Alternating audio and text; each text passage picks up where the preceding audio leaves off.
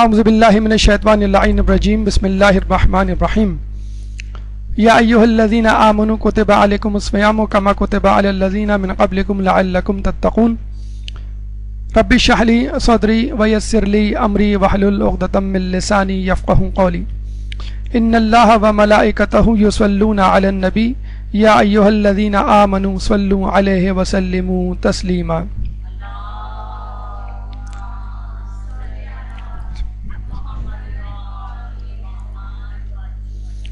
رمضان کی بابرکت ساعتیں ہمارے ساتھ ساتھ ہیں اور امید ہے کہ آپ تمام افراد رمضان کی برکتوں سے مستفید ہو رہے ہوں گے۔ رمضان جو کہ ماہ رمضان جو کہ اللہ تعالیٰ کا ایک خاص مہینہ ہے جو خود اس سے مخصوص ہے، جس میں بے بہا خزانے ہیں، بے شمار نعمتیں ہیں، لیکن ان نعمتوں سے، ان خزانوں سے وہی شخص فائدہ اٹھا سکتا ہے جو اس کی حقیقت سے آشنا ہو اور پوری طرح مستعد اور چاق و چوبند ہو، تیار ہو اللہ تعالیٰ کی نعمتوں سے بہرہ ہونے کے لیے۔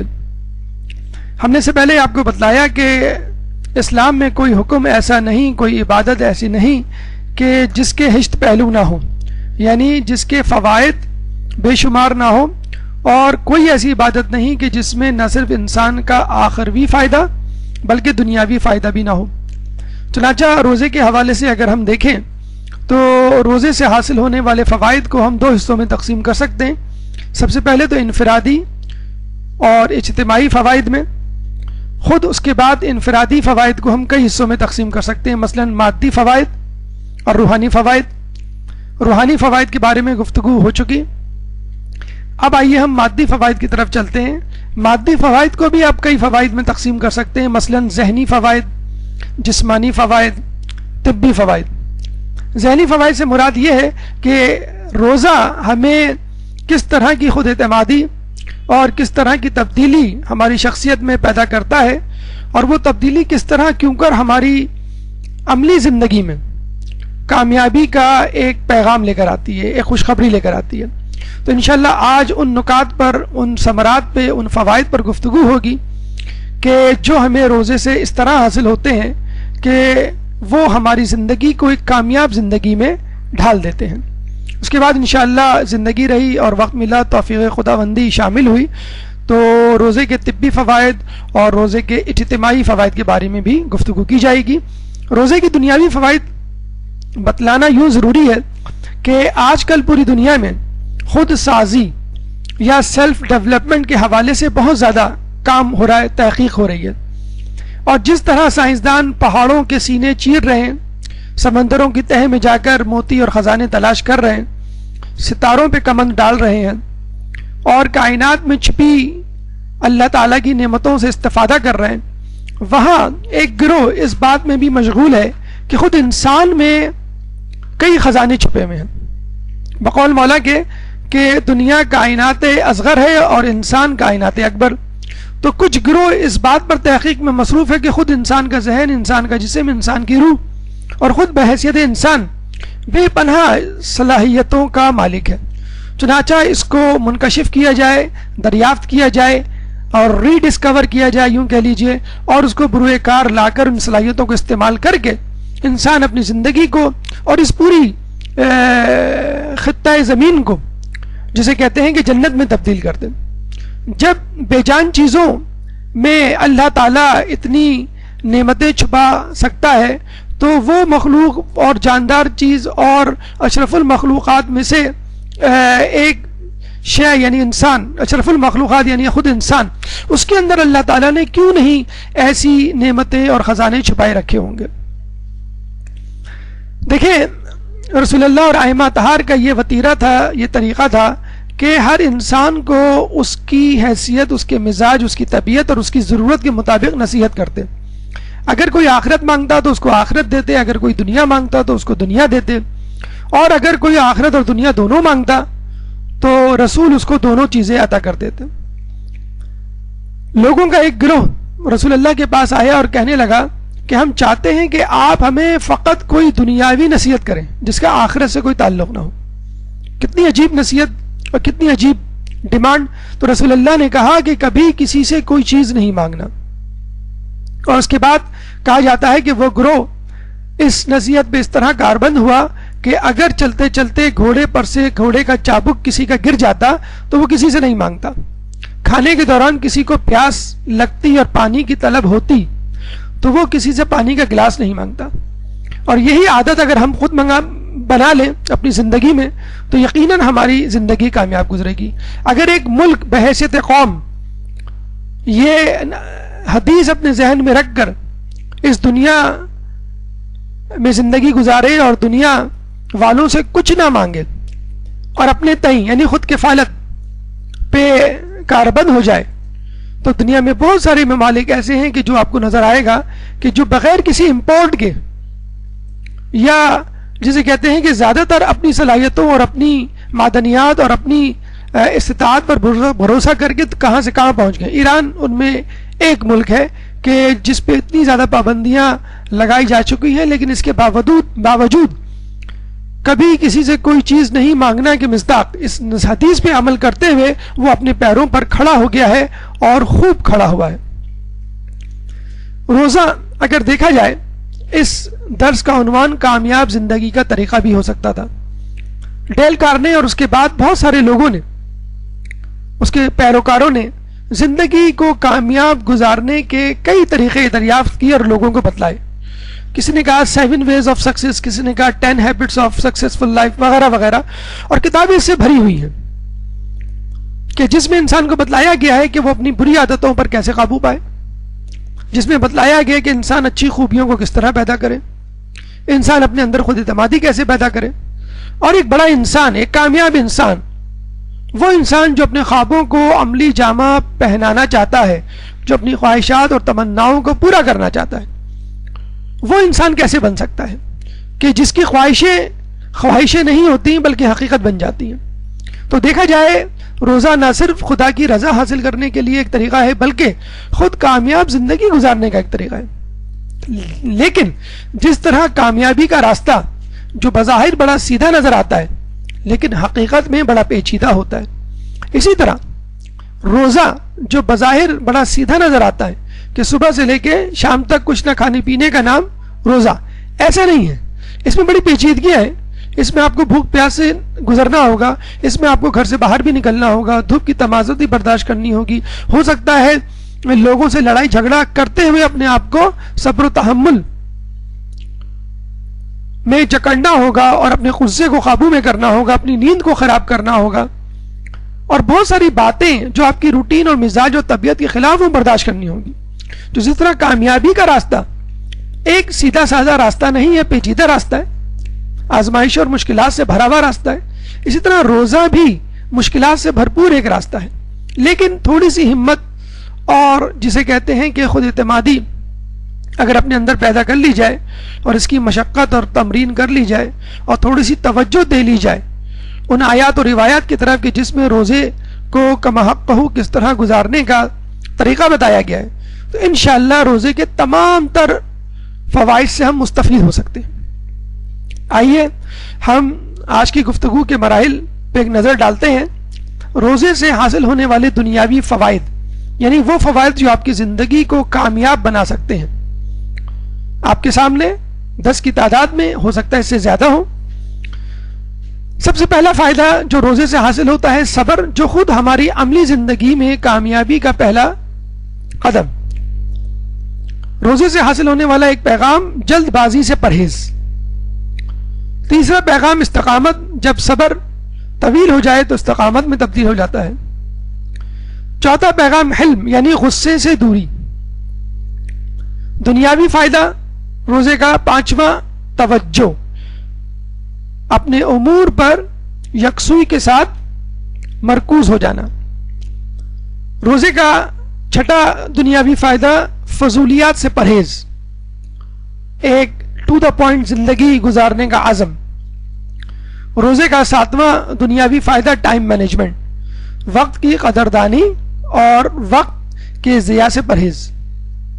روزے کا آٹھواں دنیاوی فائدہ ترک عادات, بہترین وقت ہے اپنے آپ کو بری عادتوں سے کنارہ کش کرنے کا.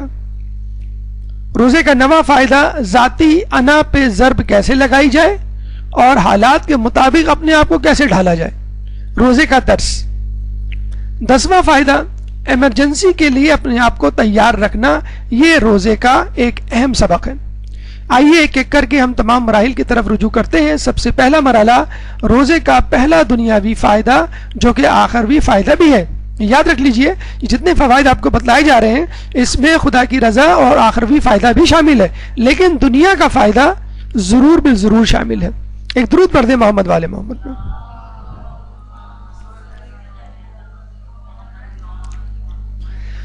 یا ایھا الذین آمنوا استعینوا بالصبر والصلاۃ، اے وہ لوگوں جو ایمان لائے ہو استعانت طلب کرو صبر سے اور صلاۃ سے۔ جب پوچھا گیا صبر سے کیا مراد ہے تو امام نے بتلایا یہاں صبر سے مراد روزہ ہے۔ جب بھی آپ پہ کوئی مشکل پڑے آپ کو مدد طلب کرنی ہے، کس سے؟ نماز پڑھ کے اور روزہ رکھ کے۔ اور خود انسان کے لیے روزہ رکھنا کتنا زیادہ ضروری ہے وہ اس آیت سے ہم اندازہ لگا سکتے ہیں کہ سورہ اسراء کی آیت نمبر 11 میں اللہ فرماتا ہے وَكَانَ الْإِنسَانُ عَجُولًا، اور انسان عجلت پسند واقع ہوا ہے۔ ایک تو مصیبتوں پہ صبر ہے اور ایک عجلت پسندی کی طبیعت جو اکثر بچوں میں نوجوانوں میں دیکھی جاتی ہے، زیادہ ہوتی ہے۔ تو اس عجلت پسندی پہ قابو پانے کے لیے بھی صبر ضروری ہے۔ مولا فرماتے ہیں کہ صبر مصیبت ہی کی مقدار میں نازل ہوتا ہے، اور مصیبت کے وقت جس نے اپنے زانوں پر ہاتھ مارا اور اس کا عمل برباد ہو جاتا ہے، مارا اس کا عمل برباد ہو جاتا ہے۔ یعنی اگر آپ نے کسی مصیبت میں بے صبری کا مظاہرہ کیا اور اپنی زبان سے کوئی ایسا لفظ شکوہ شکایت، اکثر ہمارے منہ سے نکلتا اف یہ کیا ہو گیا، او بھائی مر گئے، اور آج تو جسے کہتے ہیں کہ ہلاکت ہی ہلاکت ہے، اور یہ خدا نے ہمارے ساتھ کیا کر دیا، اور خدا نخواستہ خدا اور اس کی تقدیر کے خلاف بھی بہت ساری باتیں شکوے شکایت کے لہجے میں کے انداز سے ہماری زبان پہ آ جاتے ہیں۔ دیکھیں جو کچھ آپ کے ساتھ ہونا ہے تقدیر میں لکھا جا چکا ہے، وہ تو ہو کے رہے گا۔ اگر آپ نے اس پہ پریشانی کا، اضطراب کا، شکوے شکایت کا مظاہرہ کیا تو مصیبت دوہری ہو جائے گی اور صبر کا ثواب بھی زائل ہو جائے گا، اور ہونا تو وہی ہے جو خدا چاہتا ہے۔ اگر آپ نے صبر اور استقامت کا مظاہرہ کیا تو اللہ کی مدد، واستعینوا بالصبر والصلاۃ، اور جہاں یہ کہتا اللہ تعالیٰ وہاں یہ بھی کہتا ہے کہ ان اللہ مع الصابرین، اللہ کی مدد آپ کے ساتھ شامل ہو جائے گی اور اس کا ثواب بھی ملے گا۔ اور ہمیشہ یاد رکھ لیے لا یکلف اللہ نفسا الا وسعها، اللہ تعالیٰ کبھی کسی کی استطاعت سے زیادہ اس پہ بوجھ نہیں ڈالتا۔ اگر آپ کو اجلت پسندی کا مظاہرہ کرنا ہے تو دعائے عہد کے آخری جملے پڑھتے ہوئے اس کے اختتام پہ الاجل الاجل الاجل کہتے ہوئے اپنے زانوں پہ 3 مرتبہ ہاتھ مار سکتے ہیں، جو کہ مستحب ہے۔ اگر اجلت پسندی کا مظاہرہ کرنا ہے تو یہ اجلت پسندی اللہ کو محبوب ہے کہ آپ آنے والے امام، آنے والے رہبر رہنما کے لیے اجلت پسندی کا مظاہرہ کریں۔ صبر شجاعت ہے، مولا علی کا قول ہے۔ اچھا یہ ایک عجیب بات ہے اور یہ بڑی اچھی دلچسپ بحث بھی ہے، سوال بھی ہے کہ دیکھیں امام کے ظہور کے لیے سب دعائیں مانگتے ہیں اور سب کا یہ دعویٰ ہے کہ امام آئیں گے تو ہم ان کا ساتھ دیں گے۔ اب سوال یہ پیدا ہوتا ہے کہ ہمیں کیسے پتہ چلے گا کہ کون کتنا بہادر ہے اور امام کے ظہور پر وہ ان کا ساتھ دے گا، میدان چھوڑ کر نہیں بھاگے گا؟ تو علماء نے، بلکہ خود امام نے یہاں فیصلہ سنا دیا کہ اگر تمہیں یہ معلوم کرنا ہے کہ کون سا شخص بہادر ہے اور میدان چھوڑ کر بھاگنے والا نہیں، تو یہ دیکھو کہ وہ کتنا صابر ہے۔ عموماً شجاعت کو صبر کی ضد سمجھا گیا ہے۔ شجاعت یعنی بہادری، یعنی لڑنا، ڈٹے رہنا۔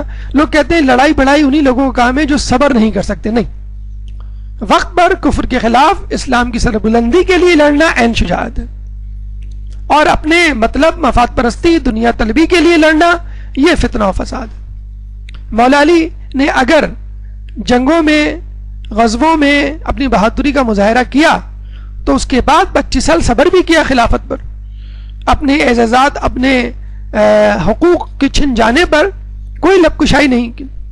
تو اب مولا نے یہ بتلا دیا کہ میری جو لڑائیاں تھیں، میری جو جنگیں تھیں، میری جو شجاعت تھی وہ ذاتی مفاد کے لیے نہیں تھی، اسلام کے لیے تھی۔ پہلے تلوار کو میان سے نکالنا ضروری تھا، اس میں اسلام کی بقا تھی۔ اب تلوار کو میان میں رکھنا اور زبان بندی کر لینا، اس میں مصلحت اور اسلام کی سربلندی ہے۔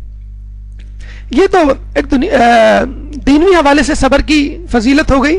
آئیے دیکھیں جو آج کل کا دور ہے, آج کل کا جو سب سے بڑا انسائکلوپیڈیا ہے ویکیپیڈیا, اس پہ صبر کی یا پیشنس کی کیا تعریف ہے. Patience is studies as decision making problem. صبر ایک مسئلے کو حل کرنے کا نام ہے. Involving the choice of either a small reward in short term اور a more valuable reward in the long term. یعنی جب صبر کو ایک فیصلہ کن مرحلے کے طور پہ دیکھا گیا, تحقیق کی گئی, تو یہ حقیقت میں ایک چوائس ہے آپ کے لیے کہ یا تو آپ کسی مختصر چھوٹے فنا ہو جانے والے فائدے کی طرف چھلانگ لگا دیجئے, یا صبر و استقامت سے اپنی جگہ کھڑے رہیے اور انتظار کیجئے کہ کب آپ کو ایک بڑا فائدہ ملتا ہے. دنیا میں جو لوگ صبر کر رہے ہیں, آخرت کی بات نہیں, جو دنیا میں لوگ صبر کر رہے ہیں وہ بھی دیکھا جائے اس لیے صبر نہیں کر رہے کہ ان کو نقصان چاہیے یا ان کو فائدہ نہیں چاہیے, نہیں, وہ صبر کر رہے ہیں کہ کب مجھے مناسب وقت ملتا ہے اور کب میں زیادہ فائدہ اٹھا سکتا ہوں.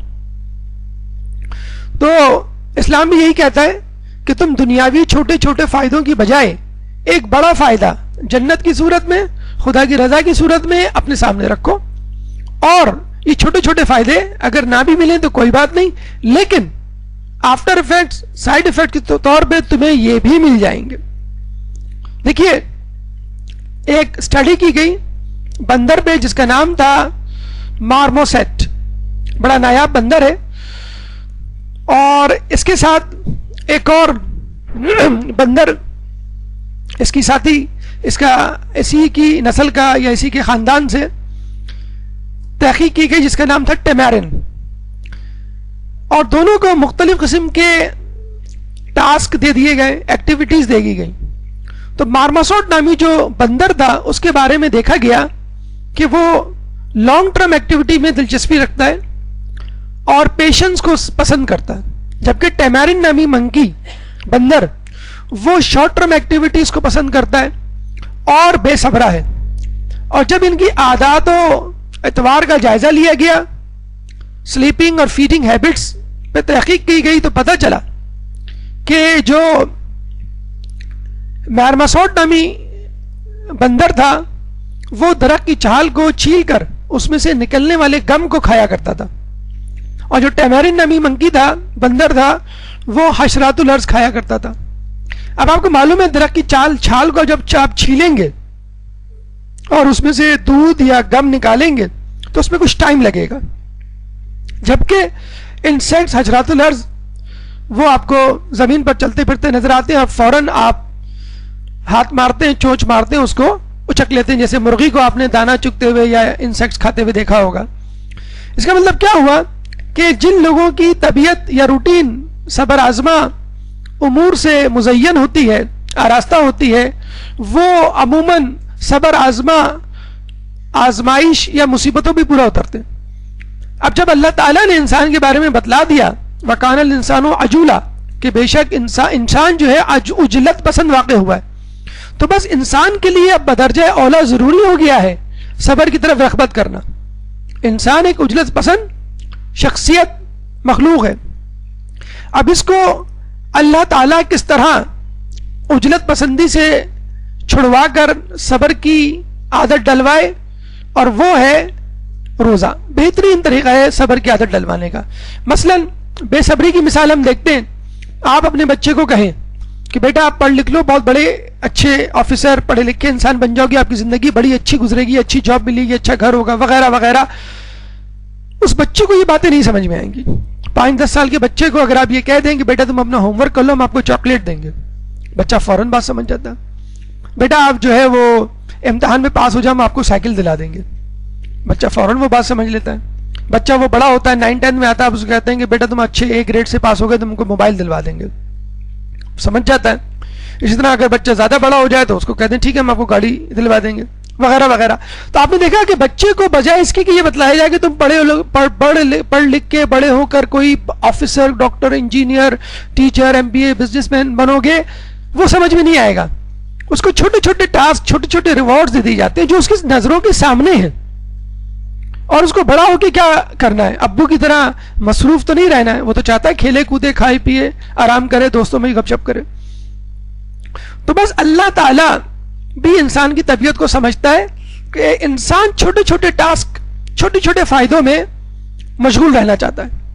اگر وہی بچہ ذرا بڑا ہو جائے، یعنی بڑوں کو اگر ہم لے لیں، تو وہ کیوں نہیں آگے بڑھ پاتے؟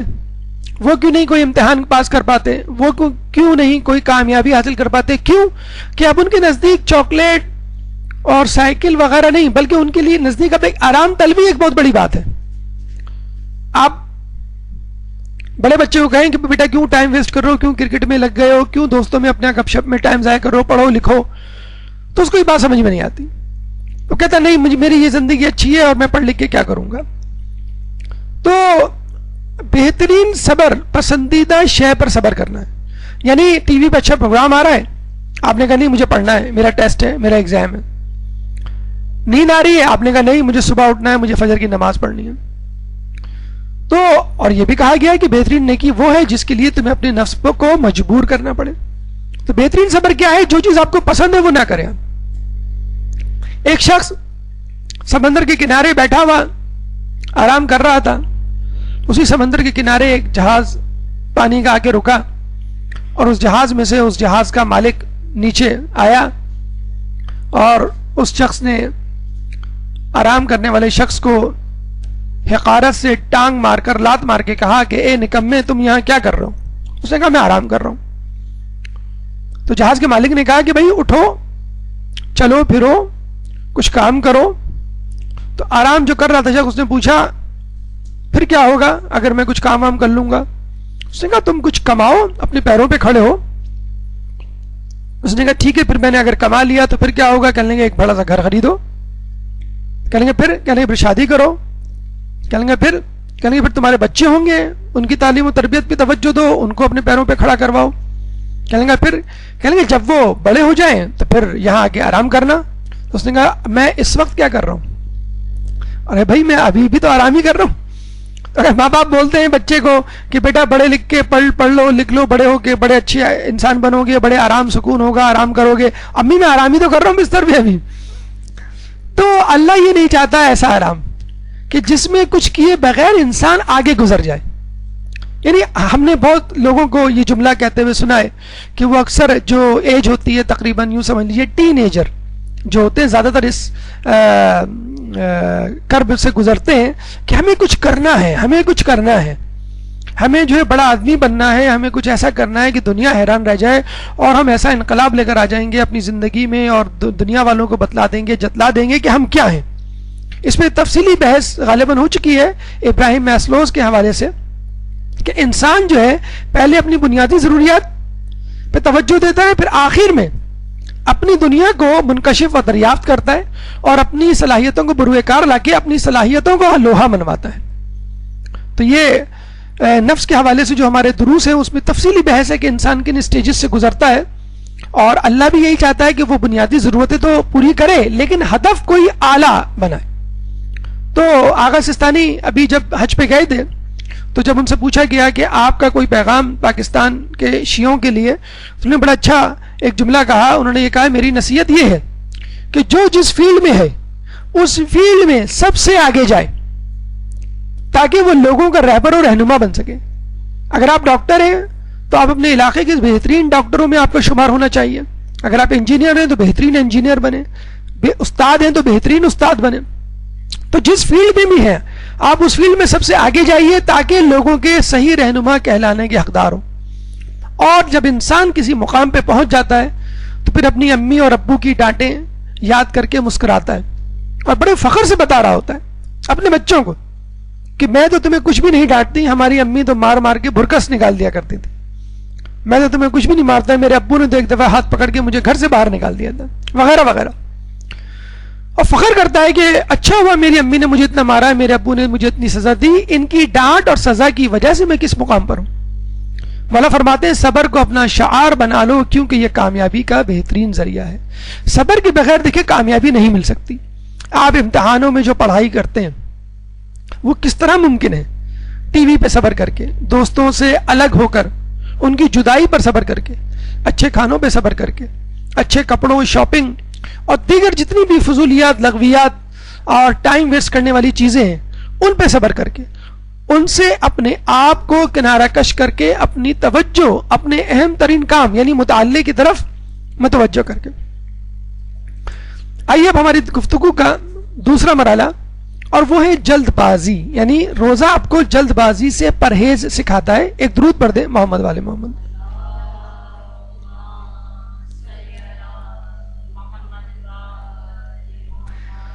جس طرح بتایا گیا ہے کہ انسان عجلت پسند واقع ہوا ہے، وَكَانَ الْإِنسَانُ عَجُولًا. دیکھیں، ایک تو ہوتا ہے وہ صبر جو کسی تکلیف اور مصیبت پر کیا جاتا ہے، ایک ہوتا ہے وہ صبر جو گناہوں پر کیا جاتا ہے یعنی گناہ نہ کرے، اور ایک وہ صبر ہوتا ہے جو انسان نیکی پہ کرتا ہے یعنی مسلسل روزے رکھنا، مسلسل نمازیں پڑھنا. ایک ہوتی ہے جلد بازی. ان تینوں میں سے کوئی بھی چیز آپ کے ساتھ نہیں ہوتی. نہ نیکی کرنا درپیش ہے، نہ کوئی گناہ کرنا، اور نہ ہی کوئی مصیبت. بس آپ کی طبیعت میں ایک بے چینی، اضطراب اور جلدی ہوتی ہے کہ میں یہ لے لوں، میں یہ کھا لوں، میں یہ کر لوں، میں یہاں چلا جاؤں، میں یہاں آ جاؤں، وغیرہ وغیرہ. اس جلد بازی کو روکنے کا نام روزہ ہے. روزہ آپ کو یہی سکھاتا ہے کہ اپنی طبیعت میں اضطراب نہیں، اطمینان پیدا کرو. یہی جلد بازی اصحاب نوح کو لے ڈوبی.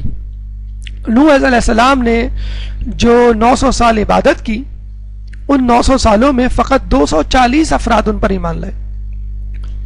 اور جب دوسرے لوگوں کا جو کہ کثیر تعداد میں تھے ان پر ظلم بڑھ گیا تو آپ کے اصحاب آپ کے پاس آئے اور کہنے لگے کہ اللہ سے دعا کیجیے ہمارے لیے نجات کا کوئی راستہ تلاش کرے. نوح علیہ السلام نے دعا کی تو اللہ نے کہا کہ ان کو کہو کہ 1 سال اور ٹھہر جائیں اور اس دوران کھجور کے درخت لگائیں اور کھجور لے کر تمہارے پاس آئیں. یعنی ایک تصدیق کہ ہم نے 1 سال گزار لیا. اب یہ 900 سال صبر کرنے والے افراد میں سے کچھ افراد یعنی 240 میں سے 80 اس بات پر بھپر گئے، غصے میں آ گئے کہ ہم نے 900 سال صبر کیا، اب ہم مزید 1 سال صبر نہیں کر سکتے. دیکھیں کہاں 900 سال کا صبر اور کہاں 1 سال. بھوک لگتی ہے نا بچے کو، امی جلدی سے کھانا دے دیں، بیٹا 5 منٹ ذرا چاول گل جائے ابھی میں دیتی ہوں. نہیں ماں بالکل صبر نہیں، بس ایسے ہی کچے دے دیں. اب کچے جب آپ دیتی ہیں تو کیسا منہ بنتا ان کا. آلو نہیں گلے ہوئے ہوتے، چاول نہیں گلے ہوتے تھے، اس لیے کہ آپ نے امی کی جان کھا کر دیگچی کو بغیر پکے اتروا لیا. اب آپ کھائیں کچے کا آلو اور کچے چاول. تو 80 افراد الگ ہو گئے. اب یہ 160 افراد کھجورے اگا کر لے کر نوح علیہ السلام کے پاس آئے اور کہا کہ اب آپ دعا کیجئے. نوح علیہ السلام نے دعا کی. اللہ نے کہا کہ ان کو کہو کہ 1 سال اور انتظار کریں. اچھا اللہ چاہتا تو کہہ دیتا اکٹھا 2 سال انتظار کرو، 1 سال. نعوذ باللہ لوگوں نے کہا کہ کیا آپ نے مذاق بنا رکھا ہے آپ کے اور آپ کے خدا نے؟ 900 سال ہم نے انتظار کیا، پھر 1 سال کہا، اب آپ کہہ رہے ہیں پھر 1 سال. اب یہ ہو سکتا ہے 900 سال میں تبدیل ہو جائے وغیرہ وغیرہ. ہم تم کو اور تمہارے خدا کو نہیں مانتے. فقط 1 سال ان کو انتظار کرنا تھا. اس کی جلد بازی نے ان کو ڈبو دیا اور وہ گمراہ لوگوں میں شامل ہو گئے. 80 افراد رہ گئے، 1/3 1 تہائی. یہ لوگ گئے کھجور اگائے، کھجور لے کے نوح علیہ السلام کے پاس آئے. نوح علیہ السلام نے دعا کی. پھر اللہ نے کہا کہ ہاں کشتی بناؤ، میں بارش و سیلاب و طوفان بھیجوں گا لیکن تمہارے لوگ جو کشتی میں سوار ہوں گے وہ بچ جائیں گے. اب وہ افراد جو نوح علیہ السلام کو چھوڑ کے گئے ان کی بات کر رہے ہیں جو نوح علیہ السلام پر ایمان لا چکے تھے. فقط 1 سال اور 2 سال کی بے صبری نے ان کو غرق کر دیا گمراہی میں. دنیا سے بھی گئے، 1 سال کا انجوائمنٹ، 1 سال کی فرصت، 1 سال کی تفریح، 1 سال کی عیاشی، 1 سال کی جسے کہتے ہیں کہ عیش پسندی ان کو ملی 1 یا 2 سال کی. اس کے بعد دنیا میں بھی اختتام ہو گیا ان کا، موت آ گئی، خدا کے عذاب نے لے لیا اور آخرت میں تو عذاب ملے گئی. اسی قسم کی جلد بازی ہمیں اصحاب موسیٰ کے پاس ملتی ہے کہ موسیٰ علیہ السلام نے کہا کہ میں 30 دن اللہ نے مجھے بلایا ہے اور اس کا ذکر قرآن میں بھی ہے کہ میں 30 دن کے لیے کوہ طور پہ جا رہا ہوں، اس کے بعد تمہارے لوگوں کے لیے کتاب لے کر آؤں گا، یعنی خوشخبری نوید لے کر آؤں گا. 30 دن گزر گئے. اللہ نے کہا اب 10 دن اور انتظار کرو. اچھا ان 30 دنوں میں موسیٰ علیہ السلام نے روزہ رکھا ہوا تھا، یعنی کچھ نہیں کھایا کچھ نہیں پیا 30 دن. اگر آپ کو کہا جائے کہ 7:40 پہ روزہ کھلے گا اور 7:40 پہ آپ کو کہا جائے بیٹا تھا 10 منٹ اور انتظار کر لو، نماز پڑھ لیتے، نماز کے بعد سب بچے سب لوگ مل کے کھائیں گے، وہ 10 منٹ آپ کو نہیں صبر ہوتے. چاہے جائے کہ آپ کو کہا جائے کہ 10 دن صبر کر لو، لیکن موسیٰ علیہ السلام نے کیا صبر. اور ادھر کیا ہوا؟ 31 دن 32 33 34 35 دن گزر گئے، لوگوں نے کر لیا صبر. سامری جو کہ موسیٰ علیہ السلام کے خاندان سے تھا، یعنی یعقوب علیہ السلام کی نسل سے تھا، وہ حسد میں مبتلا تھا کہ مجھے پیغمبری کیوں نہ ملی، اور اگر نہیں ملی تو کم از کم موسیٰ کی جانشینی ملنی چاہیے تھی. موسیٰ نے جاتے ہوئے ہارون کو، اپنے بھائی کو خلافت سونپ دی. دیکھیں خلافت کا جھگڑا بہت پرانا ہے، یاد رکھ لیجئے. چنانچہ اس نے کیا کہا، لوگوں کو بلایا، اپنے گرد جمع کیا اور کہا کہ موسیٰ علیہ السلام ڈر کے بھاگ گئے، یہ نبی نہیں ہے، یہ تم کو بیوقوف بنا گئے، یہ کوئی خدا سے نہیں ملنے گئے، ان کا کوئی خدا سے رابطہ نہیں ہے. میں بتاتا ہوں تم کو کہ خدا سے رابطہ کس کا ہے. تم وہ سارا سونا جمع کرو جو تم اپنے ساتھ لے کر آئے تھے فرعون کے چنگل سے بچ کر بھاگتے ہوئے. سب نے سونا جمع کیا، اس کو پگھلایا گیا، بچڑا بنایا گیا. اب سامری نے بچڑا بننے کے بعد جبرائیل علیہ السلام کے قدموں سے مسک کی ہوئی مٹی کو بچڑے کے منہ میں ڈال دیا. کون سی مٹی؟ جب یہ دریائے نیل پار کر رہے تھے تو جبرائیل آگے تھے، ان کے قدموں سے جو بھی مٹی ٹکراتی مس ہوتی، یہ سامری اس مٹی کو اٹھا کے اپنی جیب میں رکھ لیتا. تو جبرائیل علیہ السلام کے قدموں سے مس کی ہوئی مٹی میں اتنی تاثیر ہو سکتی ہے تو خاک شفا میں کیوں نہیں تاثیر ہو سکتی. تو جب مٹی کو بچڑے کے منہ میں ڈالا گیا تو وہ بچڑا بولنے لگا. ارے لوگوں نے کہا تم نے اس میں جان ڈال دی، تو بس اب تمہارا تعلق ہے خدا سے، اور موسیٰ کا خدا سے کوئی تعلق نہیں، اور ہمارا بھی موسیٰ سے کوئی تعلق نہیں. اور 30ویں دن انہوں نے بچڑے کو خدا بنا لیا. فقط 2 دن بعد موسیٰ علیہ السلام آ گئے اور لوگوں کو پتہ چل گیا کہ یار ہم نے تو بہت بڑی بیوقوفی کی. اب آپ بتلائیے فقط 2 دن کا بے صبرا پن تھا، یا 10 دن کہہ لیجئے. 6 لاکھ میں سے 5,50,000 افراد گمراہ ہو گئے اور موسیٰ علیہ السلام کے خدا کو چھوڑ کر بچڑے کو خدا بنا ڈالا. یہ عجلت پسندی انسان کی فطرت میں بہت پہلے سے. ہشام نامی بنو امیہ کا بادشاہ تھا، جس کے بارے میں کہا جاتا ہے کہ بہت زیادہ پیٹو تھا اور اس کو صبر نہیں ہوتا تھا کھانے پہ، اپنی بھوک پہ. ایک دفعہ حمام میں نہانے کے لیے گیا، کہنے لگا کہ مجھے بھوک لگی ہے، میرے لیے کھانے کا بندوبست کرو. لوگوں نے کہا آپ پہلے نہا لیں، نہانے کے بعد کھا لیے گا. کہیں گے نہیں مجھے ابھی چاہیے. اچھا ہمارے گھر میں بھی اس قسم کے ڈرامے ہوتے ہیں، بیٹا پہلے ہاتھ منہ دھو لو، پہلے نہا لو، پہلے کپڑے چینج کر لو، یونیفارم تبدیل کر لو. نہیں امی مجھے ابھی چاہیے. کیا پکائے؟ دال پکی. اچھا ٹھیک ہے پھر میں نہا کے آتا ہوں. تو پھر نہا کے کہتے ہیں مجھے بھوک نہیں ہے، میں شام کو کھا لوں گا. تو ہشام نے کہا مجھے ابھی اسی وقت کھانا چاہیے. لوگوں نے کہا بھی آپ نہا لیجئے، نہانے کے بعد سکون سے محل میں جا کے کہیں گے نہیں مجھے اسی وقت اسی جگہ کھانا لا کے دو. تو بکرے ذبح کیے گئے، فوراً بکرے کی کلیجی نکال کے اس کو بھونا گیا اور سیخوں میں لگا کر اس کو دیا گیا. ہمارے یہاں بھی بقرعید میں جو کلیجی بنتی ہے وہ ہشام کی سنت پہ نہیں بنتی، بلکہ اس لیے بنتی ہے کہ وہ جلدی پک جاتی ہے. تو اب وہ کباب یا بھنی ہوئی کلیجی اتنی گرم تھی اور وہ پیٹو تھا، جلد باز تھا، اس کو کھانے کی جلدی تھی، اور وہ ہاتھ لگائے تو اس کا ہاتھ جل جائے. تو اس زمانے میں بادشاہوں کی جو آستینیں تھیں وہ بڑی چوڑی ہوا کرتی تھی، جن کو آج کل بیل سلیوز کہا جاتا ہے. ابھی کچھ دنوں پہلے اس کا فیشن بھی تھا. تو ان بیل سلیو سے اس نے جو ہے وہ سیخ پکڑی اور سیخ میں سے کلیجی نکال کے کھانا شروع کیا. عمر بن عبدالعزیز نے ایک عجائب گھر بنایا تھا جس میں اپنے آباء و اجداد کے لباس نوادرات جمع کر کے رکھے تھے، وقتاً فوقتاً ان کا دورہ کیا کرتا تھا. جب ہشام کی قمیض میں نظر پڑی تو کہا کہ یہ دھبے کیسے ہیں؟ تو بتایا گیا کہ آپ کے جد جو ہے کھانے پینے کے بڑے شوقین تھے اور جلد باز بھی تھے، اور یہ وہ گھی کے نشان ہیں جو سیخوں سے کباب اتارتے ہوئے اپنے کپڑوں پر لگا لیا کرتے تھے. ہمارے یہاں بھی یہی ہوتا ہے، کسی آپ اچھے ریسٹورنٹ اسپیشلی چائنیز میں جائیں تو فوراً ویٹر آ کے آپ کو کہتا ہے کہ آرڈر پلیس کرنے میں 20 منٹ لگیں گے، 20 منٹس ویٹنگ اور ڈائننگ. اب آپ پریشان کہ بھائی 20 منٹ میں تو میں کھانا کھا کے گھر چلا جاؤں. تو اس قسم کی جسے کہتے ہیں کہ تاخیر جو ہے وہ امریکنز کو برداشت نہیں ہوتی. وہ کہتے ہیں 20 منٹ میں آپ کھانا لائیں گے، 20 منٹ میں تو ہم اپنے کسٹمر کو کھلا دیں.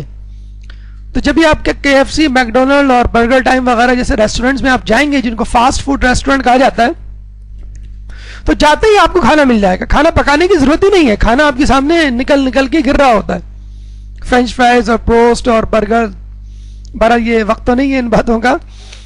تو وہ آپ کو تھما دیا جاتا ہے اور آپ فوراً 20 منٹ میں ہڑپ کر لیں.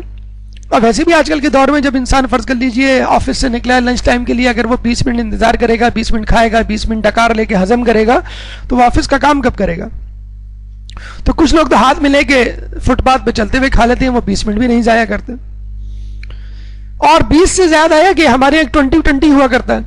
پہلے زمانے میں 5 ڈیز کا ٹیسٹ میچ ہوتا تھا جس پہ ہٹلر نے پابندی لگائی تھی. وہ 5 دن روزانہ پابندی کے ساتھ آتا تھا میچ دیکھنے. 5واں دن ختم ہوا تو اس نے کہا کیا ہوا, کون جیتا؟ لوگوں نے کہا کہ میچ ڈرا ہو گیا. اس نے کہا لانا تو ایسے کھیل پہ پابندی لگا دو. تو جرمنز نے پابندی لگا دی اور اب ماشاءاللہ فٹ بال کھیل رہے ہیں اور ایسا کھیل رہے ہیں کہ فائنل میں پہنچ گئے. دیکھیے اتوار کو کیا کرتے ہیں وہ. تو 2020 پھر ون ڈے آیا. ون ڈے میں بھی ظاہر بات ہے پورا دن لگ جاتا تھا, کس کے پاس اتنا وقت ہے کہ صبح سے لے کے شام تک ٹی وی پہ. اب انہوں نے 2020 یعنی تقریباً 2 گھنٹے میں, اب دیکھیے وہ 2 گھنٹے 1 گھنٹے میں کب تبدیل ہوتے ہیں. تو انسان عجلت پسند ہے. نیا ماڈل ہر موبائل کا, ہر مہینے 2 مہینے بعد کوئی نیا ماڈل. 10-12 کمپنیز ہیں. اگر ہر کمپنی ہر سال ایک ماڈل نکالے تو یوں سمجھ لیجیے مارکیٹ میں ہر مہینے ایک نیا ماڈل موبائل کا تیار ہوتا ہے. آپ موبائل لیتے نہیں ہیں چند مہینے بعد بلکہ چند ہفتوں بعد ایک نیا موبائل نئے فنکشنز کے ساتھ موجود ہوتا ہے. آپ پریشان ہو جاتے تھے میں کیا کروں, اس میں زیادہ فنکشنز ہیں, میرے والے میں کم فنکشنز ہیں. تو آپ جلد بازی میں اپنا موبائل بیچتے ہیں, دوسرا موبائل خریدتے ہیں. اور یہ چیز, یہ سائیکل ہر جگہ ہے. فیشن, ایک فیشن آ رہا ہے ایک فیشن جا رہا ہے, اور جو فیشن پرانا ہو گیا پتہ نہیں وہ دادی کے زمانے کا فیشن ہو گیا ہے, اب وہ دوبارہ نہیں آئے گا, مجھے نیا. تو کتنے جوڑے آپ کے وارڈروب میں آپ دیکھیں آدھے سے زیادہ ایسے پڑے ہوں گے جو آپ کے کسی استعمال کے نہیں.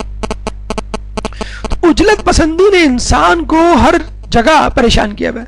تعلیم کے لیے نکلے تو لوگ کہتے ہیں کوئی شارٹ کٹ بتائیے, ہمیں روزانہ نہیں آنا, ہمیں 2 دن آنا ہے, ہمیں 2 دن نہیں آنا, ہمیں 1 دن آنا ہے مدرسے, ہمیں ڈگری نہیں چاہیے, ہمیں ڈپلوما چاہیے. کوئی مختصر کورس بتلا دیے جو دنوں ہفتوں میں ختم ہو جائے.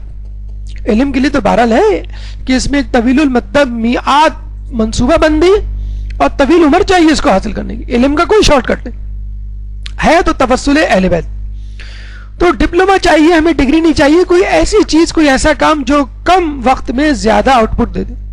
اور جب سے کمپیوٹر وجود میں آیا ہے آپ کے لیے یہ بھی ناممکن ہو گیا ہے کہ آپ اٹھیں, شیلف کھولیں, تفسیر نمونہ کی جلد نمبر 15 صفحہ نمبر 365 کھول کے مطلوبہ آیت اور تفسیر تلاش کریں. آپ اسی کمپیوٹر کی اسکرین پر 14 انچ کی اسکرین پہ اپنا ماؤس گھماتے ہیں اور 2-4 کلکس میں وہ آیت وہ تفسیر آپ کے سامنے ہوتی ہے. تو یہ کمپیوٹر کے دور کے انسان کی ایک الگ بے چینی ہے کہ وہ ہر چیز ایک کلک پہ جاتا ہے. مطلب وہ چاہتا ہے کہ امی آئیں اور امی کو میں ایک انگلی سے کلک کروں اور امی جو ہے میرے سامنے, جسے کہتے ہیں کھانا رکھ دیں. امی جو ہے وہ ابو کو کلک کریں اور فوراً جو ہے وہ ان کے عید کا جوڑا جو ہے وہ ان کے سامنے لا کے رکھ دیں. تو یہ سب کلک پہ جو ہے وہ چاہ رہے ہیں کہ ہمارے کام ہو جائیں. اور یہ کچھ سائنسی ایجادات کا بھی.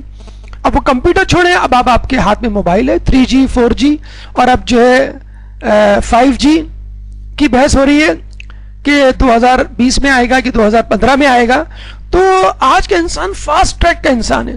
ہر چیز وہ چاہتا ہے کہ جلدی ہو جائے, ہر چیز جو ہے وہ مختصر ہو جائے, ہر چیز جو ہے وہ اس کے سامنے آ جائے. اور یہ انسان کی طبیعت بھی تھی, اور اس طبیعت کو 4 چاند آج کل کی سائنسی ایجادات نے لگا دیا ہے. تو دیکھا جائے نوح علیہ السلام کی قوم بھی بے صبری تھی, موسیٰ علیہ السلام کی قوم بھی بے صبری تھی, لیکن رسول کی امت اور اس دور کا انسان, اس دور کی امت کچھ زیادہ ہی عجلت پسند ہے. تو دیکھا جائے تو روزہ پہلے کی امتوں سے زیادہ ہم پہ زیادہ فرض ہے. بدرجہ اولا اگر فرض ہے تو مستحب روزوں کی طرف رجوع کیجیے اور روزے کو مسلسل جاری رکھیے. جو آپ کی طبیعت میں آج کل کے کمپیوٹر دور نے جو ہیجان پسندی رکھ دی ہے, اس اضطراب کو, اس ہیجان پسندی کو دور کرنے کے لیے, اپنی طبیعت میں سکون لانے کے لیے روزے کو رکھیے. اور اس کا فائدہ کیا ہے؟ یا ایھا الذین آمنوا استعینوا بالصبر والصلاۃ ان اللہ مع الصابرین, کہ صبر جو کرے گا اللہ تعالیٰ اس کے ساتھ ہوگا, نماز پڑھنے والوں کے ساتھ نہیں, دیگر عبادات والوں کے ساتھ نہیں. خصوصی طور پہ جو تذکرہ ہے ان لوگوں کے ساتھ. کیوں کہ اللہ خود صبر کر رہا ہے لوگوں کے گناہوں پر, لوگوں کی نافرمانی پر. ہم تو فقط 60-70 سال کی زندگی پہ صبر کر رہے ہیں. اللہ آدم علیہ السلام سے لے کر قیامت آنے تک صبر کرے گا ہماری نافرمانی اور بے صبری پہ. تو اللہ چاہتا ہے کہ اس کی طرح صبر کا مظاہرہ کریں، اور اس صبر کو جس طرح روزے سے پیدا کیا جا سکتا ہے اس طرح کسی اور عبادت سے نہیں. مشقت کے بارے میں کہا جاتا ہے وہ حج سے، زحمت حج والی عبادت سے برداشت کرنے کی صلاحیت، زحمت کو وہ حج سے پیدا ہوتی ہے، اور صبر جو ہے وہ روزے سے پیدا ہوتا ہے. تیسرا مرحلہ، تیسرا دنیاوی فائدہ جو صبر کرنے روزہ رکھنے سے ہم کو ملتا ہے وہ ہے استقامت. ایک درود پڑھ دے محمد والے محمد میں.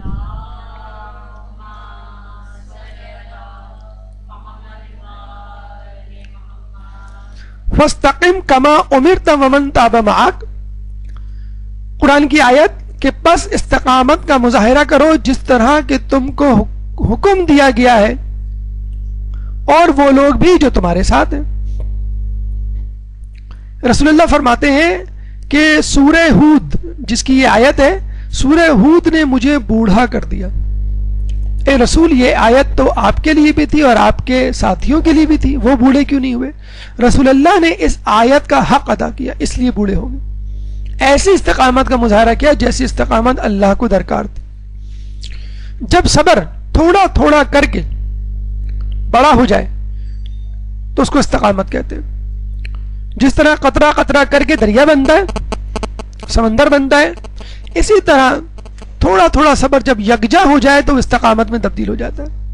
ایک دن آپ روزہ رکھیں گے تو وہ صبر کہلائے گا، 2 دن صبر کہلائے گا، 3 دن صبر کہلائے گا. جب 30 دن روزے رکھیں گے تو وہ صبر استقامت کہلائے گا. مستقل طور پہ اپنی بات پر جمے رہنا، حوادث زمانہ کا مقابلہ کرنا، اور تکلیف و آزمائش پر کسی بھی قسم کی چوں و چرا کیے بغیر اللہ کی اطاعت کرنا. خود نوح علیہ السلام کا استقلال اور استقامت آپ کے سامنے. 900 سال تو فقط ان کی تبلیغ تھی، 2500 سال انہوں نے عمر پائی ہے. جس طرح رسول نے 40ویں سال اپنی رسالت کا اعلان کیا، یعنی رسالت کا کام آدھی سے زیادہ زندگی میں نہیں کیا، آدھی سے کم زندگی میں کیا. 63 سال کی زندگی میں 23 سال فقط رسالت کا کام انجام دیا. لیکن اس سے پہلے بہرحال اللہ تعالیٰ لوگوں کے سامنے ایک رول ماڈل کے طور پہ پیش تو کر رہا تھا. محنت تو اس میں بھی تھی، یہ نہیں تھی کہ رسالت سے پہلے محنت نہیں کرتے تھے، بلکہ تو وہ زیادہ محنت کرتے تھے. دیکھا جائے عبادت زیادہ کیا کرتے تھے غار ہرا میں. جب رسالت کا اعلان کیا تو غار ہرا سے باہر آ کے لوگوں کے درمیان آ گئے. تو نوح علیہ السلام نے 2500 سال زندگی گزاری اور اس میں استقلال کا مظاہرہ کیا. خود امام زمانہ جو اس وقت غیبت میں ہے، کیا استقامت اور استقلال کا مظاہرہ نہیں کر رہے؟ کیا ہمارے گناہوں پر پردہ پوشی نہیں کر رہے؟ کیا ہم سے عفو درگزر سے کام نہیں لے رہے؟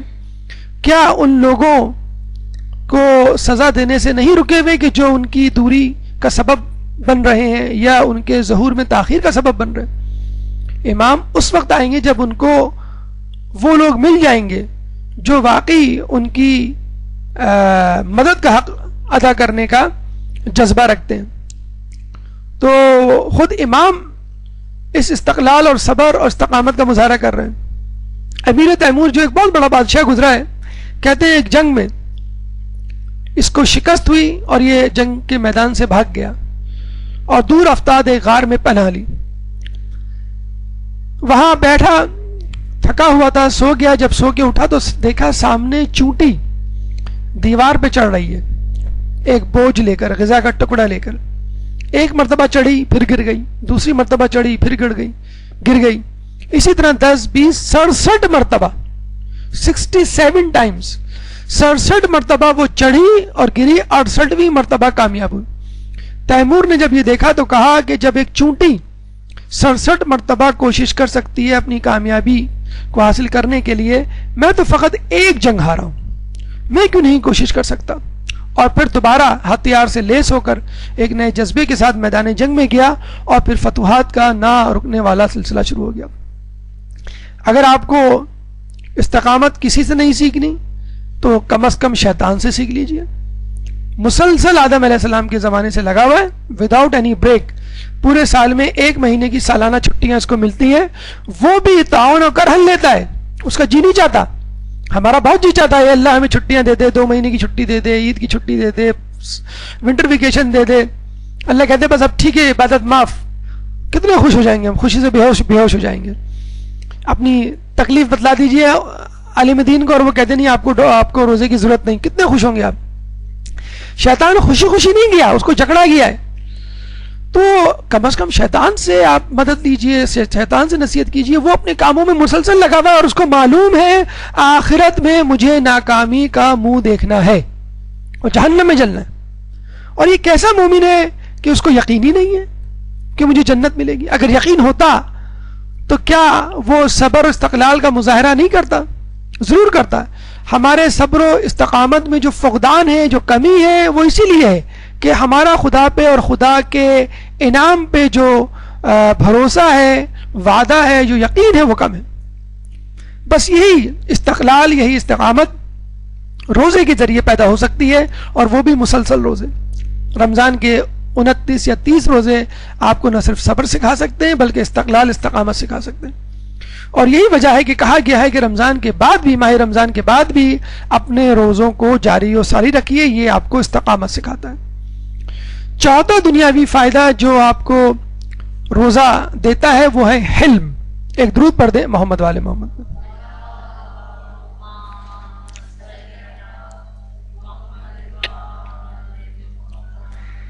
الذين ينفقون في السراء والضراء والكاظمين الغيظ والعافين عن الناس والله يحب المحسنين.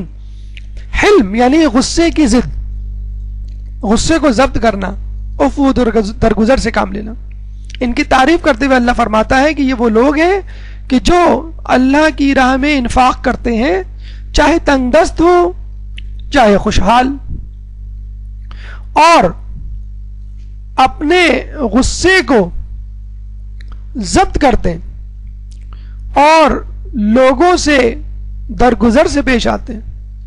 بے شک اللہ محسنین سے محبت کرتا ہے. یعنی جو لوگ حلم رکھتے ہیں, جو عفو درگزر سے کام لیتے ہیں, جو اپنے غصے کو ضبط کر لیں, اللہ تعالیٰ ان کو دوست رکھتا ہے. جب اللہ کسی بندے کو محبوب رکھنے لگتا ہے تو اسے سکون و حلم کے ذریعے مزین کر دیتا ہے. مولا کا قول ہے. آپ نے یہ روایت سنی ہوگی کہ جب اللہ کسی سے خیر کا ارادہ کرتا ہے تو اس میں اسے علم دین دے دیتا ہے. تو یہ بھی دیکھ لیجئے, جب علم دین آئے گا تو یہ جاننے کے لیے اللہ تعالیٰ نے یہ علم دین جو دیا ہے وہ میں صحیح راستے پہ استعمال کر رہا ہوں یا کر رہی ہوں یا نہیں. تو یہ دیکھ لیجئے اس علم کے ساتھ آپ کے اندر ایک حلم پیدا ہوا یا نہیں.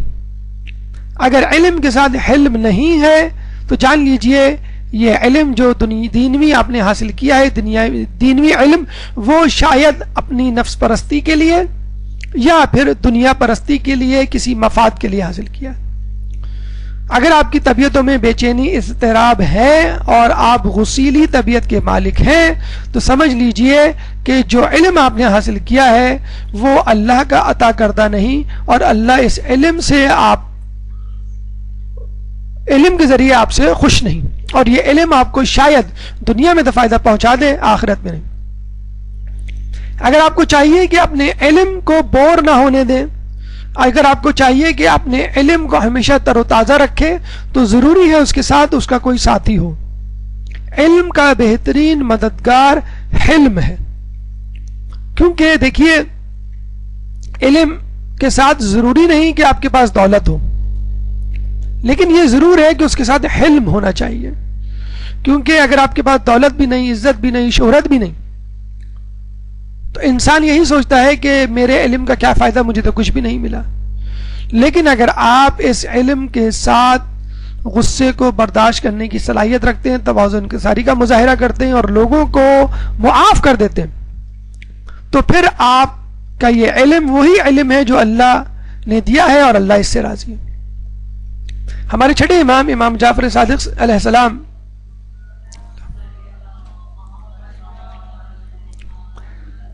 کے بارے میں ایک واقعہ ملتا ہے کہ آپ نے اپنے گھر والوں کو سختی سے منع کیا تھا کہ گھر کی چھت پر کوئی نہ جائے. ایک دفعہ وہ گھر میں داخل ہوئے, اسی وقت کنیز آپ کے بچے کو چھت کے اوپر سے نیچے لا رہی تھی اور سیڑھیاں اتر رہی تھی. جب امام کو آتا ہوا دیکھا تو خوف سے کپ کپ آنے لگی اور کپکپاہٹ کی وجہ سے آپ کا بچہ اس کے ہاتھ سے چھوٹ کر گر گیا اور اسی وقت اس کا انتقال ہو گیا. تجہیز و تکفین سے جب فارغ ہوئے، رات میں بیٹھے ہوئے تھے اداس، تو کسی نے دلاسا دینے کی کوشش کی، تو امام نے کہا کہ میں اس لیے اداس نہیں ہوں کہ میرے بیٹے کی شہادت ہوئی ہے یا اس کا انتقال ہوا ہے، بلکہ میں اس لیے افسردہ ہوں کہ کنیز مجھ کو دیکھ کے کانپنے کیوں لگی. دیکھیے، کچھ لوگوں کو یہ بھی پسند نہیں کہ ان کا خادم، ان کی خادمہ ان کو دیکھ کے خوف سے کانپے. کچھ لوگ یہ خصوصیت، یہ الہامی وصف جو ہے ائمہ ہی کے دور میں، ائمہ ہی کی شخصیت میں مل سکتا ہے، ورنہ ہم میں سے شاید کوئی اس قابل نہیں کہ جو اپنے نوکر کی غلطی پر غصہ نہ ہوتا ہو، بلکہ اس کے خوف سے خود خوف کھاتا ہو کہ میرے خوف سے اس نے اپنے آپ کو خوف میں کیوں مبتلا کیا. اور وہی صفات، وہی خوبیاں ہمیں امام کے ماننے والوں میں ملتی ہیں. شیخ جعفر کاشف الغطا، بہت بڑے عالم دین، ایک دفعہ بہت زیادہ مال و اسباب ان کے پاس لایا گیا اور لوگوں میں انہوں نے تقسیم کر دیا. اس کے بعد ظہر کی نماز کا وقت ہوا، آپ نے ظہر کی نماز پڑھائی. جیسی ظہر کی نماز ختم کی، ویسے ہی ایک شخص بھاگتا ہوا آیا اور کہنے لگا کہ اے شیخ، مجھے معلوم ہوا ہے کہ آپ کے پاس بہت سارا مال و اسباب آیا ہے اور آپ نے لوگوں میں تقسیم کیا ہے، مجھے بھی اس میں سے کچھ دے دیجیے. تو کاشف الغطا نے کہا کہ میں نے وہ سارا مال تقسیم کر دیا، میرے پاس کچھ نہیں، تمہیں دیر ہو گئی. اس شخص نے غصے میں آ کر کاشف الغطا کی داڑھی پر تھوک دیا. اور آپ نے کیا کیا؟ کچھ نہیں کیا. اپنا دامن اٹھایا اور مسجد میں بیٹھے ہوئے تمام نمازیوں کے پاس فردن اپنی جھولی کو پھیلایا اور یہ کہا کہ اگر آپ لوگ اس شخص کی مدد کے لیے کچھ دے سکتے ہیں تو اس جھولی میں ڈال دیجئے. اور پوری مسجد کا اس طرح چکر لگایا اور اس شخص کے لیے کافی ساری رقم اکٹھا کی اور اس کے ہاتھ میں دی. یہ تھا ہمارے علماء کا حلم ان لوگوں کے لیے جو نعوذ باللہ ان پر تھوکتے تھے یا ان پر غصے کا اظہار کرتے تھے. کتنا زیادہ تضاد ہے ایک عام آدمی اور ایک عالم دین اور مجتہد میں. اسی طرح آیت اللہ سید ابو الحسن اصفہانی کے بارے میں ملتا ہے کہ نجف میں ایک دفعہ مغرب کی نماز پڑھا رہے تھے. نماز سے فارغ ہوئے تو کسی نے آ کے ان کو خبر دی کہ آپ کے بیٹے کو کسی نے قتل کر دیا. آپ نے فقط یہ کہا لا حول ولا قوت الا باللہ العلی العظیم، اور یہ کہہ کر نماز عشاء میں مشغول ہو گئے. جب عشاء کی نماز پڑھا دی تو لوگ اس قاتل کو پکڑ کے لائے اور کہا یہ ہے آپ کے بیٹے کا قاتل، آپ بتائیں ہم اس کے ساتھ کیا کریں. ابو الحسن اصفہانی نے کہا کہ میں تو اسے معاف کر چکا ہوں، تم بھی اسے چھوڑ دو. یہ ہے حلم جو علم کے ساتھ ساتھ بڑھنا چاہیے اگر آپ کے پاس حقیقی علم ہے. دوسری طرف ایک طرف تو یہ کہ اپنی بیٹی کی شہادت پر کسی قسم کا شور اور انتقام نہیں، اور کہاں وہ شخص کہ جب لوگوں کو قتل نہ کر لے، مسلمانوں کو تہ تیغ نہ کر لے، مومنوں کو مار نہ دے، سادات کو ابدی نیند نہ سلا دے، اس وقت تک یہ شخص سوتا نہیں تھا. 1,20,000 لوگوں کا قاتل، خصوصیت سے اس میں سادات لوگ شامل.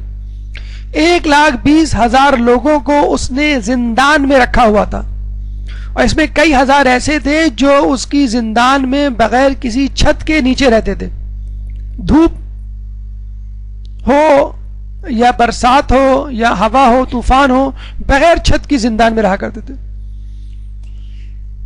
اس کے اندر یہ شق القلبی خود اس کی طبیعت کی وجہ سے اور اس غذا کی وجہ سے جو اس کو کھلائی گئی. جب یہ پیدا ہوا تو اس نے ماں کا دودھ پینے سے انکار کر دیا.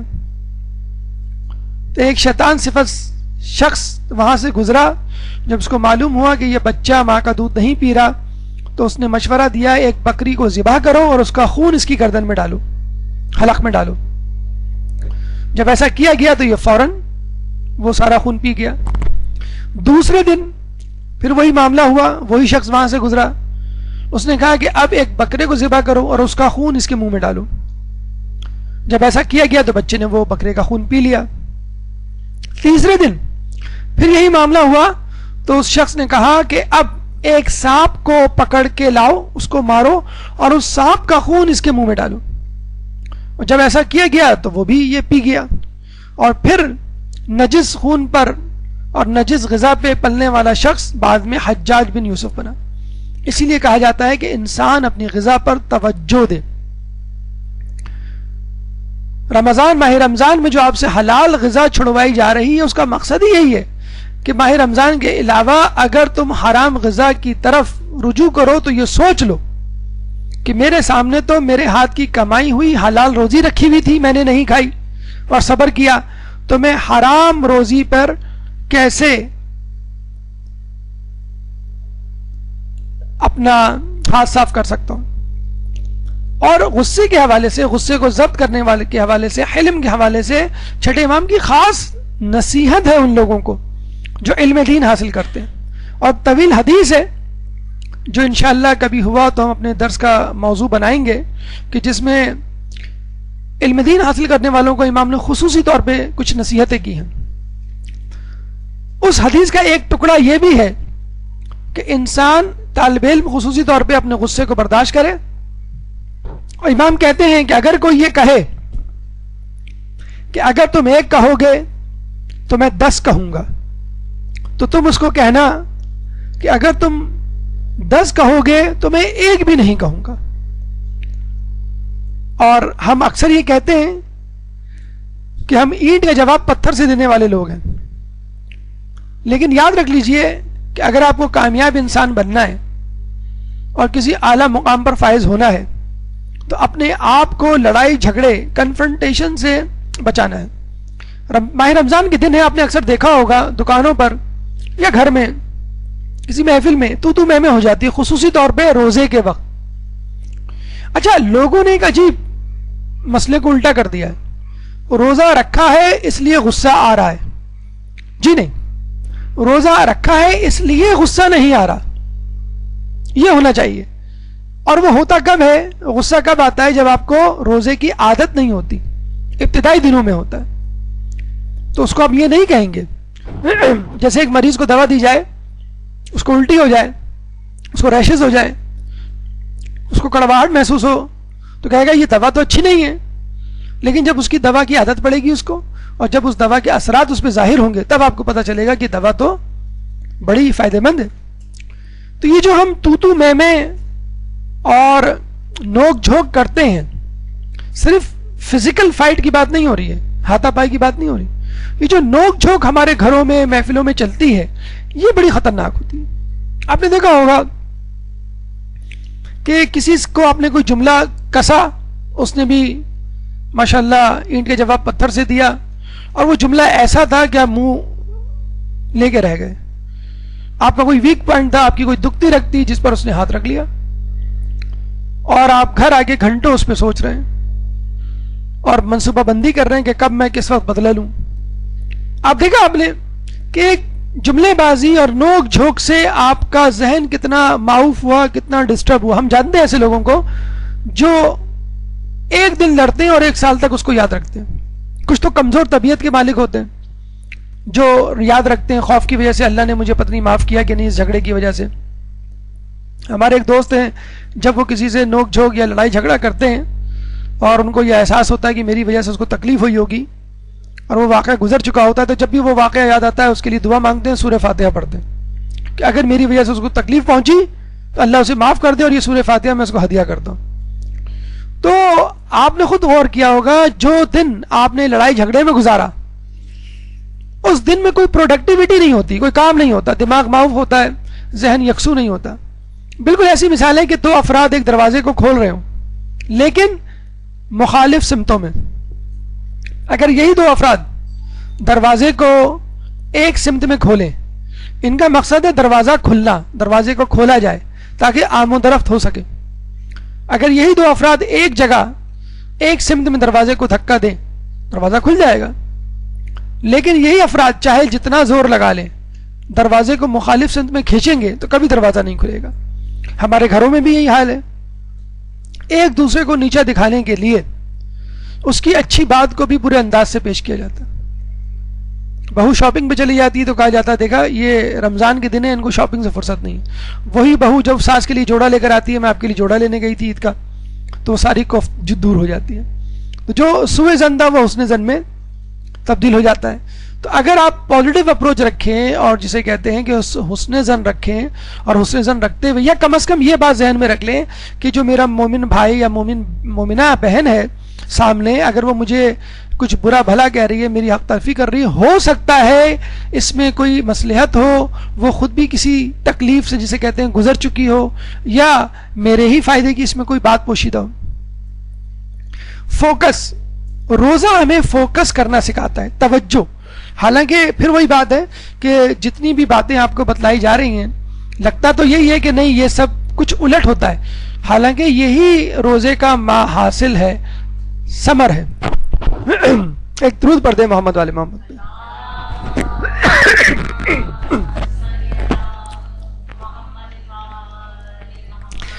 روزہ آپ کو یکسو ہونا اور اپنے کام پہ توجہ کرنا سکھاتا ہے۔ غافل لوگوں کے لیے اللہ فرماتا ہے اولئک کالانعام بل ہم اضل، وہ لوگ جانوروں کی طرح ہیں، مویشیوں کی طرح ہیں، بلکہ ان سے بھی زیادہ گمراہ۔ اولئک هم الغافلون، اور یہی لوگ غافل ہیں۔ جو غیر متوجہ ہوتا ہے، جو غافل ہوتا ہے، اس کو اللہ تعالیٰ مویشیوں سے تشبیہ دیتا ہے۔ کیوں؟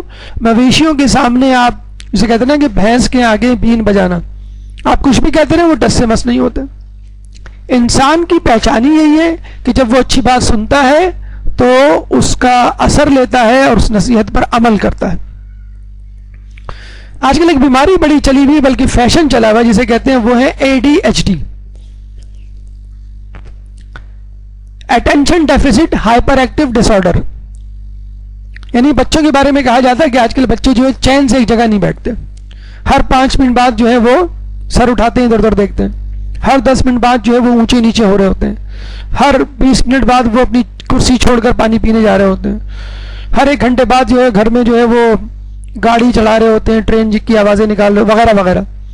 تو یہ بچوں کے بارے میں بہت زیادہ کہا جاتا ہے۔ امریکہ میں تو بہت زیادہ کامن ہے، یہاں بھی ظاہر بات ہے فیشن اور بیماریاں وہیں سے آتی ہیں، تو بچوں کو فوراً کہہ دیا جاتا ہے کہ ان کو بیماری ہے، ان کو دوا پلا ان کا۔ حالانکہ ADHD کوئی ایسی خاص بیماری نہیں ہے، ہر بچہ نسبتاً شرارتی ہوتا ہے، بلکہ شرارتی بچوں کے لیے تو کہا گیا ہے، روایتوں میں آیا ہے کہ یہ بڑے ہو کے کوئی رہنما یا کوئی بڑا کام کریں گے، کوئی بڑی چیز بنیں گے۔ تو شرارت جب تک بدتمیزی میں تبدیل نہ ہو اس کی حوصلہ افزائی کی جانی چاہیے۔ تو روزہ ADHD کا ٹریٹمنٹ ہے۔ اگر آپ کے بچوں کو یہ بیماری ہے attention deficit hyperactive disorder, یعنی بے چین رہنا اور توجہ نہیں دینا اور ہر وقت گھومتے پھرتے رہنا، باتیں کرنا اور گردن گھمانا، اس کا آج کل دیکھیے آپ کے لوگوں کے بچے، آپ کے گھر میں جو بچے کتنے شانت، کتنے مطمئن اور کتنے کول ہوں گے، کوئی آواز کسی کے منہ سے نہیں نکلتی، خصوصاً یہ وقت ایسا وقت ہوتا ہے ہر کوئی بے سود پڑا ہوا ہوتا ہے، اماں بھی پڑھی ہوتی ہیں، ابا بھی پڑھے ہوتے ہیں، اب بچے بھی بے سود پڑے ہوئے ہوتے ہیں۔ تو ADHD کیا ہوتا ہے؟ حرکت ہی نہیں ہے جسم میں، تو ہائپر ایکٹیو ڈس آرڈر کیسے ہوگا؟ تو روزہ اس بیماری کا بہترین علاج ہے کہ جس میں انسان کی توجہ بٹی رہتی ہے۔ دیکھیں ہماری توجہ بٹتی کیوں ہے؟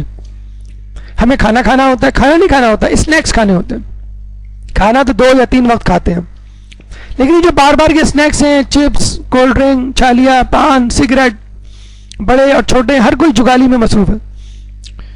کھانا ہے تو پھر پانی بھی پینا ہے، پھر جو ہے وہ انگڑائی لینا ہے، پھر سونا بھی ہے اوور ایٹنگ کی وجہ سے، پھر ہنسنا بولنا بھی ہے، اور پھر ادھر ادھر دیکھنا۔ یہ جو آج کل ہم بچوں کو چیز دے رہے ہیں، چاکلیٹ دے رہے ہیں، کولڈ ڈرنک دے رہے ہیں، یہ غذا اسپیشلی شوگر کنٹیننگ آئٹمس جتنے بھی ہیں وہ بچوں میں ہائپر ایکٹیویٹی پیدا کرتے ہیں۔ آج آپ اپنے بچوں کی کولڈ ڈرنک، چاکلیٹ اور چیز بند کر دیں یا کم کر دیں تو آپ دیکھیے گا ان کی ہائپر ایکٹیویٹی کم ہو جائے گی۔ ہم لوگ کیوں نہیں ہائپر ایکٹیو اپنے زمانے میں؟ ہم نے یہ چیزیں نہیں کھائی۔ تو آج کل کے بچے ہائپر ایکٹیو اس لیے ہیں کہ یہ ان چیزوں پہ گزارا کر رہے ہیں، دال چاول سالن روٹی تو تقریباً کچھ عرصے بعد پتھر کے زمانے کی غذا بن جائے گی۔ ابھی پہ کچھ لوگ اگر جو امریکہ اور دبئی سے رہنے والی فیملیز آتی ہیں تو وہ بڑی حیران ہوتی ہیں کہ آپ کس طرح روٹی میں شوربے کو پکڑ لیتی ہیں اور شوربہ گرتا نہیں ہے۔ اب اب لوگوں نے یہ مذاق اڑانا شروع کر دیا ہے کہ آپ شوربے کو سنبھال کیسے لیتی ہیں ایک روٹی کے نوالے میں, کیسے کھا لیتے ہیں آپ لوگ نہاری. تو یہ لکوڈ ڈائٹ اور سالن, شوربہ, دال تو خیر ہم لوگوں نے چھوڑ دی تھی, تو سالن جو ہے وہ آج کل کے بچوں نے چھوڑ دیا ہماری سنت پہ تو ہاتھ آگے جاتے ہوئے. تو روزے میں آپ غیر ضروری کام, فضولیات سے پرہیز کرتے ہیں, اس لیے آپ کی توجہ اہم کاموں کی طرف ہوتی ہے. اور یہی فلسفہ روزے میں آپ کو بتلایا گیا تھا کہ اللہ چاہتا ہے کھانا پینا بھی چھوڑ دو, تاکہ جو ضروری کام ہے, عبادت نہیں, جو بھی تم کام کر رہے ہو, گھر کے, آفس کے, دکان کے, اسکول کے, وہ کام کرتے رہو. تو روزے میں جب آپ غیر ضروری کاموں کو چھوڑیں گے تب کہیں جا کے آپ صحیح اور اہم کام کی طرف توجہ دیں گے. لیکن کچھ لوگ ایسے غافل ہیں, ان کو پتہ ہی نہیں کہ کب کیا ہو جائے, اپنے آرام اور سکون, اپنی دھن میں مگن جسے کہتے ہیں. جب کوئی حادثہ ہوتا ہے تب ان کو ہوش آتا ہے کہ میرے ساتھ یہ ہو گیا. حادثہ کیا, یعنی آپ امتحان میں فیل ہو گئے, یا جسے کہتے ہیں کوئی بیماری ہو گئی, ورنہ اس سے پہلے آپ جسے کہتے ہیں بے فکری اور لاپرواہی کی زندگی گزار رہے ہوتے ہیں. چھٹا دنیاوی فائدہ جو روزے سے ہمیں ملتا ہے وہ فضولیات سے پرہیز. ایک درود پڑھ دیں محمد والے محمد پہ.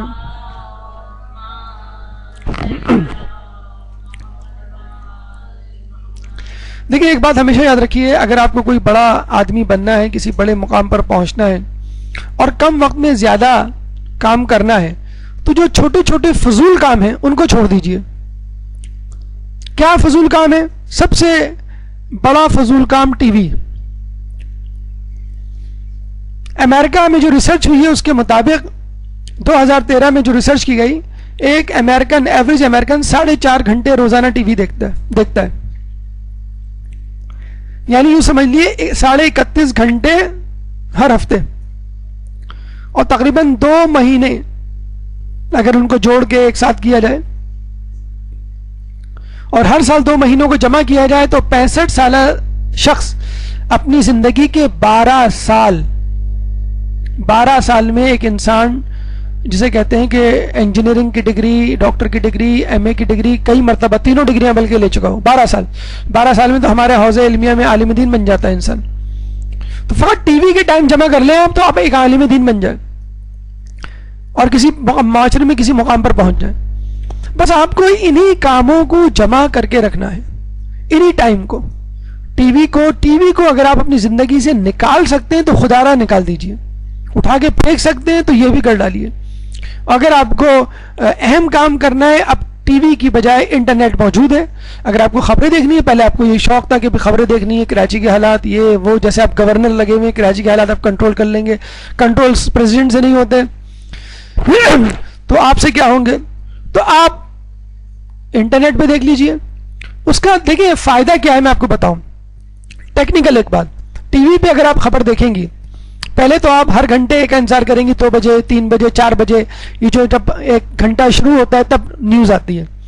پھر آپ اپنے پسند کی نیوز تلاش کریں گی, ہمیں کراچی کے حالات دیکھنے ہیں, کراچی کی خبریں کب آئیں گی. اور ہو سکتا ہے وہ چینل ایک متعصب چینل ہو, آپ کی خبر ہی نہ دے. ویسے عراق کے حالات معلوم کرنے آپ کو عراق کی خبریں ہی نہیں آ رہی بالکل ٹی وی پہ, تو کیا فائدہ ہے ایسے ٹی وی کا؟ اس سے بہتر کیا ہے, آپ ویب سائٹ پہ جائیں, وہاں خبریں بولی نہیں جاتی, لکھی ہوئی ہوتی ہیں. آپ بولنے والے آدمی کو یہ نہیں کہہ سکتے کہ بھئی یہ بند کرو بکواس, کوئی کام کی بات بتاؤ. ہاں, لکھی ہوئی چیز کو آپ کلک کر سکتے ہیں. لسٹ دی ہوئی ہوتی ہے, عراق کی خبریں, پاکستان کی خبریں, ایشیا کی خبریں, دنیا کی خبریں, سائنسی خبریں, کھیل کی خبریں. جس خبر کو آپ کو چاہیے اس خبر پہ آپ کلک کر دیں, وہ خبر مل جائے گی. عراق کے حالات معلوم کرنے ہیں, عراق پہ کلک کر دیں. آپ کو پاکستانی حالات معلوم کرنے ہیں, پاکستان پہ کلک کر دیں. اب تو بہت اچھی اچھی ویب سائٹ آ گئی ہے کہ آپ جسے کہتے ہیں, اور موبائل بھی ماشاءاللہ آپ کے پاس موجود ہیں, آپ کے پاس آئی پیڈز موجود ہیں, ٹیبلٹ کمپیوٹر موجود ہیں.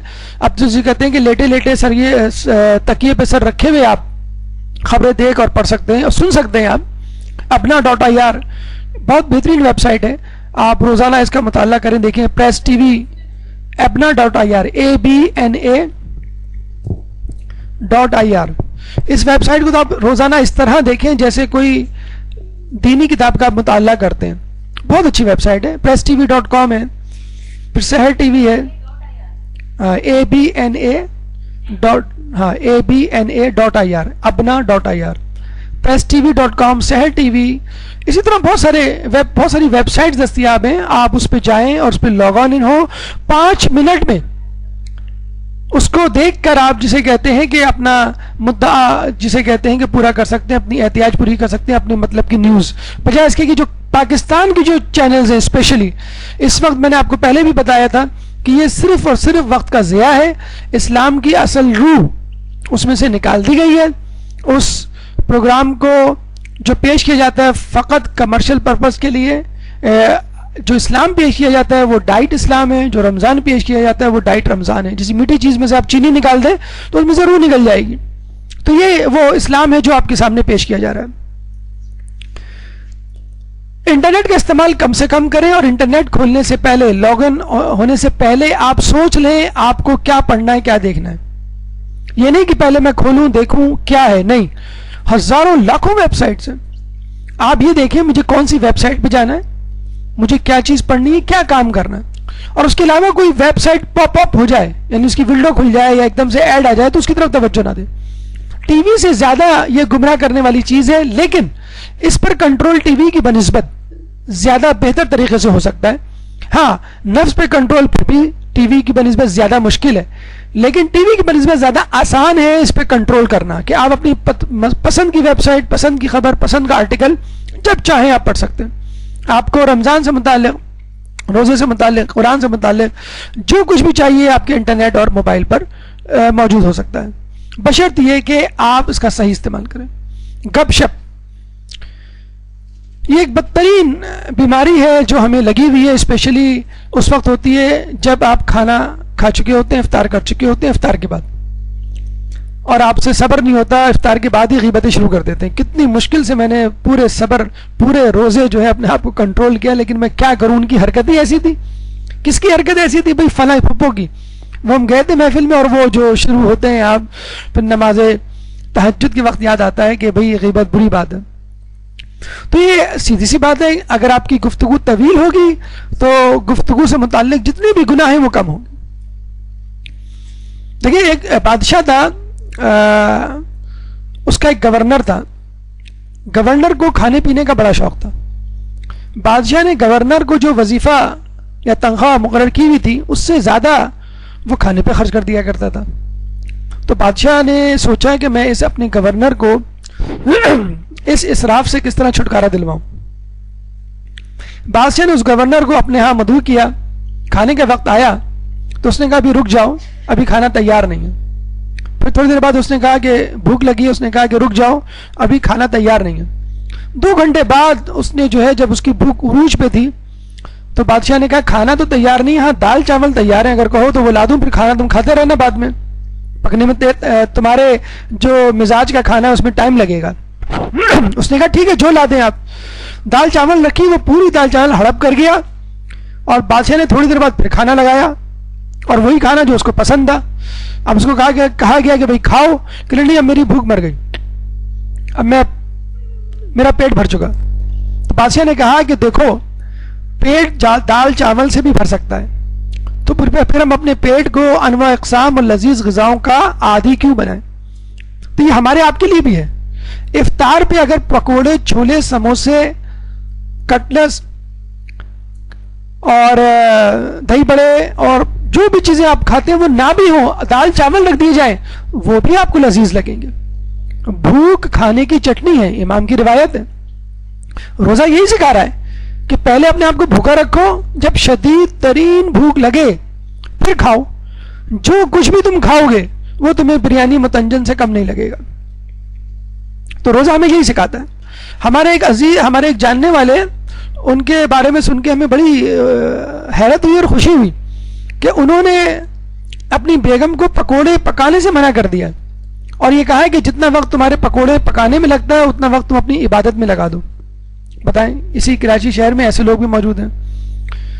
کچھ لوگ تم پکوڑے میں نمک کم ہو جائے تو بیگم کو جو ہے وہ پریشان کر دیتے ہیں کہ تم نے کیا پکا دیا اور تم نے پکوڑے پکانے اب تک نہیں سیکھے. تو کچھ لوگ ایسے بھی ہیں جو بیگمات کا خیال رکھتے ہیں. اس کا مطلب یہ نہیں کہ آج سے جا کر آپ پکوڑے بند کر دیں اور اس کی جگہ 2 رکعت 4 رکعت. شوہر کی خدمت ہی آپ کی عبادت ہے. اور شوہروں کو بھی چاہیے کہ اپنی بیگمات کو خاتون خانہ کو اتنی زیادہ اذیت اور مصیبت اور پریشانی میں زحمت میں مبتلا نہ کریں کہ دن بھر آپ کی گفتگو اور مقصد اور موضوع جو ہے وہ پکوڑے ہو. 7واں فائدہ جو روزہ ہمیں دیتا ہے وہ ہے ٹائم مینجمنٹ. ایک درود پڑھ دے محمد والے محمد.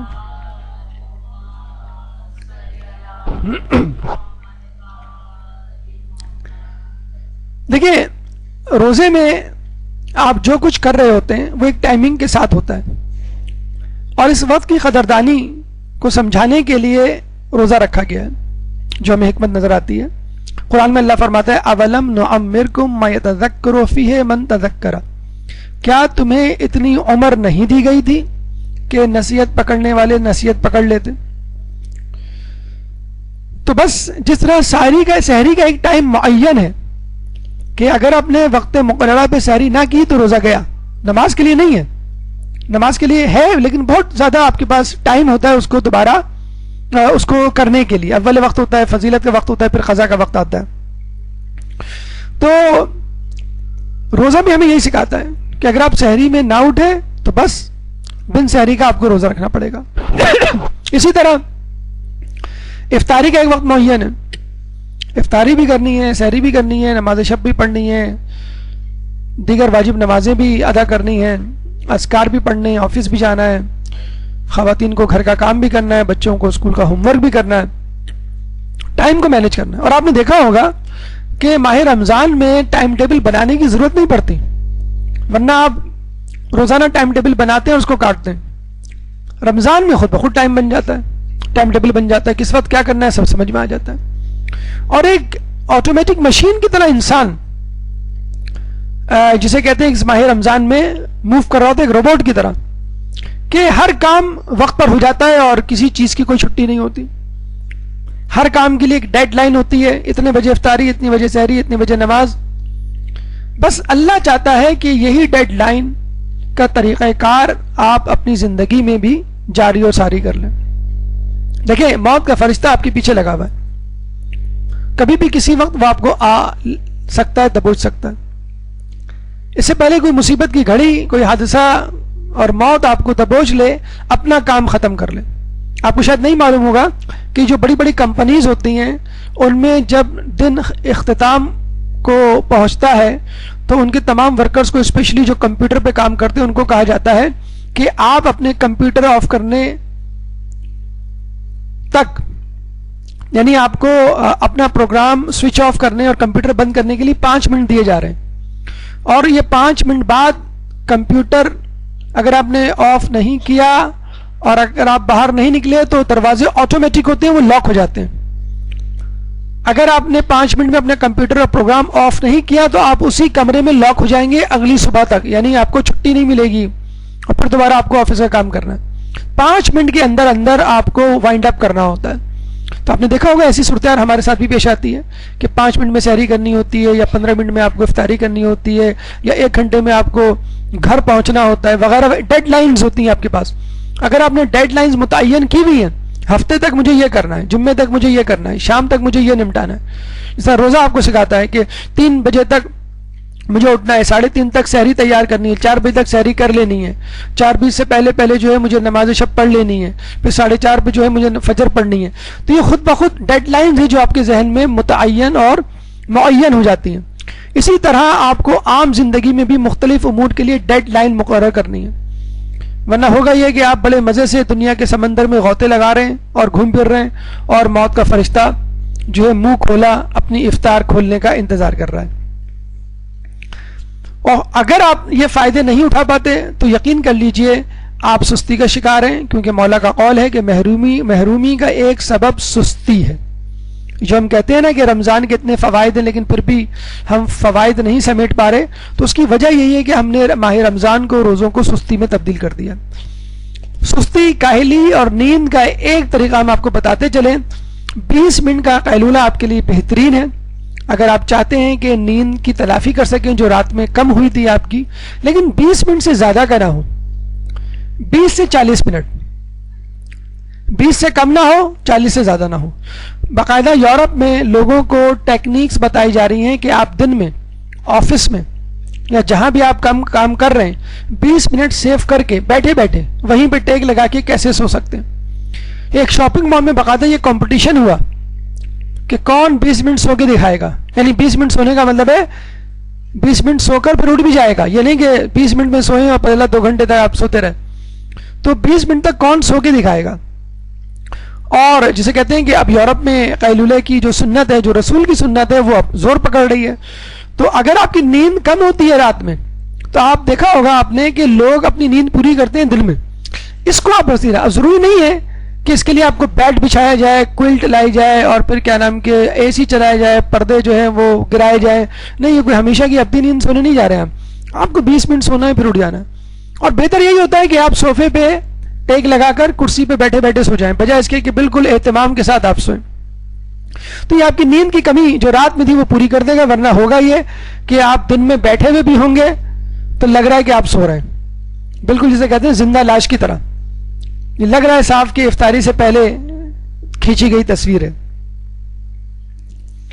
ترک عادات. ایک درود پڑھ دے محمد والے محمد میں.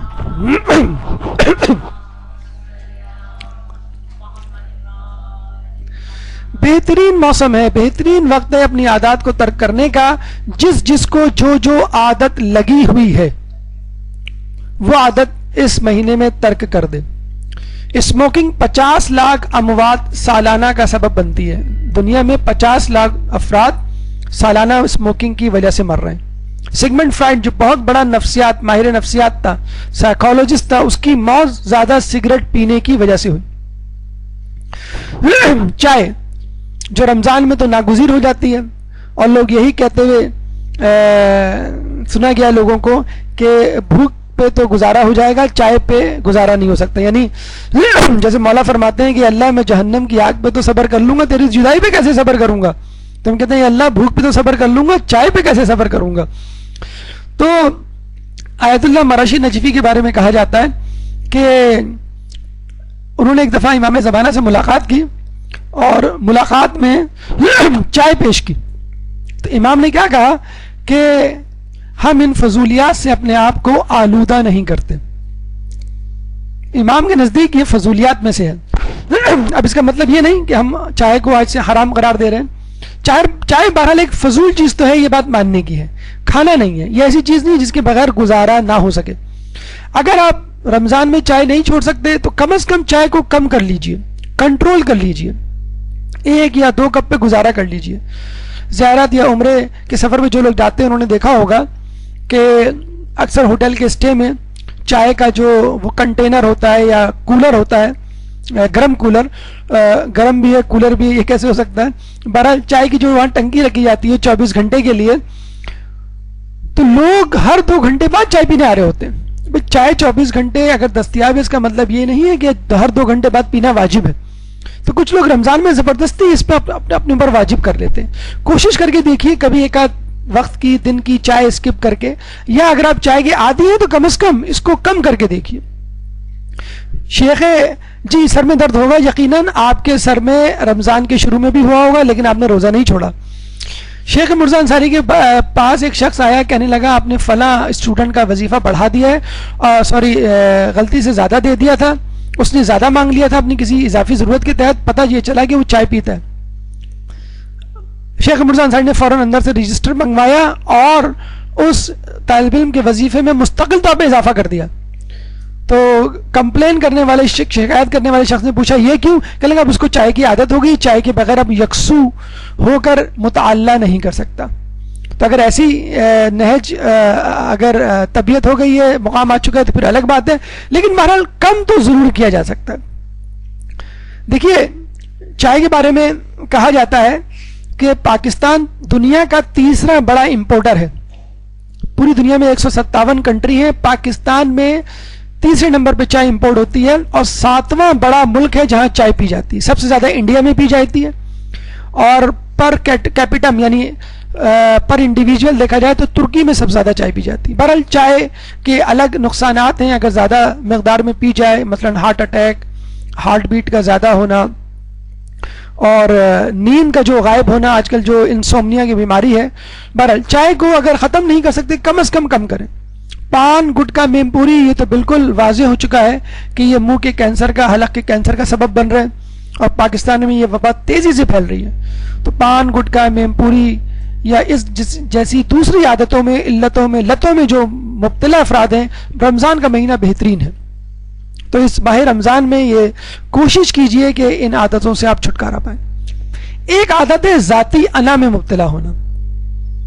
ہماری گفتگو کا نواں مرحلہ نواں فائدہ جو اس رمضان سے ہمیں مل سکتا ہے ماہ رمضان سے. دیکھیں رمضان میں آپ کی انا کو بڑی ٹھیس پہنچتی ہے. آپ سو رہے ہیں, آپ کو عادت ہے 7-8 بجے اٹھنے کی, آپ کو اٹھایا جا رہا ہے 4 بجے.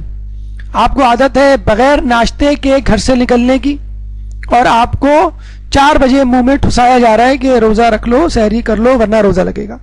آپ کو عادت ہے رات کو 11 بجے کھانے کی, آپ کو 7:40 پہ جو ہے وہ بالکل فل میل اور ایک شاہی دسترخوان بچھا کے دیا جا رہا ہے. آپ کو عادت ہے دوپہر کا کھانا زیادہ کھانے کی کیونکہ آپ ناشتہ نہیں کرتے, لیکن آپ کو کہا جا رہا ہے کہ دوپہر کا کھانا نہ کھاؤ. آپ کو عادت ہے جلدی سو جانے کی اور رمضان میں اکثر آپ کو لیٹ سونا ہوتا ہے. آپ کو لیٹ اٹھنے کی, جلدی اٹھایا جا رہا ہے. تو یہ سب کیا ہے, آپ کے روٹین میں تبدیلی کی جا رہی ہے تاکہ آپ کی پسند ناپسند ایک طرف ہو جائے اور اللہ کی پسند ناپسند آپ کے اوپر حاوی ہو جائے. اس کو کہتے ہیں گو ود دا فلو, حالات کے مطابق اپنے آپ کو ڈھال لینا. اور ایک مومن کو دنیا کے حالات کے مطابق اپنے آپ کو نہیں ڈھالنا ہے بلکہ اللہ کی مرضی کے مطابق اپنے آپ کو ڈھالنا ہے. تو یہ اصل ماہ رمضان اور روزے کا پیغام ہے کہ انسان اپنے آپ کو, اپنی طبیعت کو, اپنے مزاج کو اپنی پسند ناپسند کی عینک سے نہ دیکھے بلکہ خدا کی رضا کی طرف سے دیکھے. کئی مرتبہ ایسا ہوتا ہے کہ آپ افطار پارٹی میں جاتے ہیں, آپ کو عادت ہے پکوڑے چھولے کھانے کی, وہاں پہ رول رکھے ہوتے ہیں, وہاں سموسے رکھے ہوتے ہیں. آپ کو عادت ہے لال شربت پینے کی, وہاں جو ہے وہ کالا شربت رکھا ہوا ہوتا ہے. آپ کو عادت ہے افطار کے فوراً بعد چائے پینے کی, چائے وہاں پہ آپ کو آدھے گھنٹے بعد دی جاتی ہے. تو افطار پارٹی میں میں نے نہیں دیکھا کسی کو, میرے تجربے سے نہیں گزرا کہ وہ بڑا خوش ہوا ہو. ہر شخص چاہتا ہے کہ یار اپنے گھر کے چھوڑے پکوڑے سموسے کیسے ہی کیوں نہ ہو, وہ اپنے گھر کے ہوتے ہیں. اپنے گھر کی ایک خاص چائے ہوتی ہے, اپنے گھر میں ایک خاص جگہ ہوتی ہے جس میں افطار کے بعد نیند دراز ہو کے آپ لیٹ جاتے ہیں. تو ایک خاص وقت ہوتا ہے جو افطار کا اپنے گھر میں گزار رہے ہوتے ہیں, لیکن یہی وقت بعض اوقات آپ کو باہر گزارنا ہوتا ہے. لیکن اپنی انا کو ٹھیس پہنچا کر دوسرے کا دل رکھنے کے لیے خدا کی اطاعت میں آپ یہ کام بھی کر گزرتے ہیں. اور ایک اور چیز جو کبھی کبھی لیکن ہوتی ضرور ہے وہ ہے ایمرجنسی کی کیفیت. آپ آفس سے آ رہے ہیں, رستے میں پھنس گئے, ٹریفک جیم, اور آپ کو معلوم ہے میں گھر نہیں پہنچ پاؤں گا. چہرے پہ کیا کرب اور مصیبت کے آثار ہوتے ہیں. بس آپ یہ سوچ لیجئے کہ روزہ 1 گھنٹے بعد کھولنا ہے, روزے کا ٹائم 7:40 نہیں ہے بلکہ 8:40 ہے, لیکن بیچارے جو رستے میں کھڑے ہوتے ہیں اور ٹریفک جیم میں پھنس جاتے ہیں ان کی شکلیں دیکھنے والی ہوتی ہیں. یا آپ جب صبح اٹھیں تو پتہ چلا کہ سب لوگ نماز پڑھنے میں مشغول ہیں اور سحری ہو چکی, اور آپ کو اٹھا کے تھک گئے اور آپ نہیں اٹھے. لگتا ہے کہ بس کوئی آسمان سر پہ گر پڑا ہو, زمین شق ہو جائے, آپ اس میں چلے جائیں کہ بغیر سحری کا روزہ. تو اس قسم کے اتفاقاً جب آپ کو پڑھنا لکھنا ہو, جب چائے نہ ملے تو آپ کے سر میں درد ہو جائے اور اسی کیفیت میں کہا جائے کہ آپ کو پڑھنا بھی ہے, آپ کو ٹیسٹ بھی دینا ہے, آپ کو مدرسے بھی جانا ہے, تو اس وقت آپ کو احساس ہوتا ہے کہ انسان کو ہر قسم کی ایمرجنسی کے لیے تیار رہنا چاہیے. اور یہ ایمرجنسی والی کیفیت آپ کو ماہ رمضان اور روزہ ہی دے سکتا ہے. اور آپ کو یہ ایمرجنسی والی کیفیت سے نبرد آزما ہونے کی مشق اور تمرین کا فائدہ اس وقت ہوگا کہ جب ایک آنے والا آئے گا اور اس کے ساتھ آپ کو پوری زندگی ایک ایمرجنسی والی کیفیت میں گزارنی ہے کہ جب تک دنیا عدل سے نہ بھر جائے کہ جس طرح وہ ظلم سے بھری ہوئی ہوگی. یہ گفتگو ہماری رمضان سے متعلق روزے سے متعلق مکمل ہوئی. روزے سے حاصل ہونے والے دنیاوی فوائد اپنے اختتام کو پہنچے. اگر اس موضوع سے متعلق آپ کے ذہن میں کوئی سوال ہو تو آپ کر سکتے ہیں.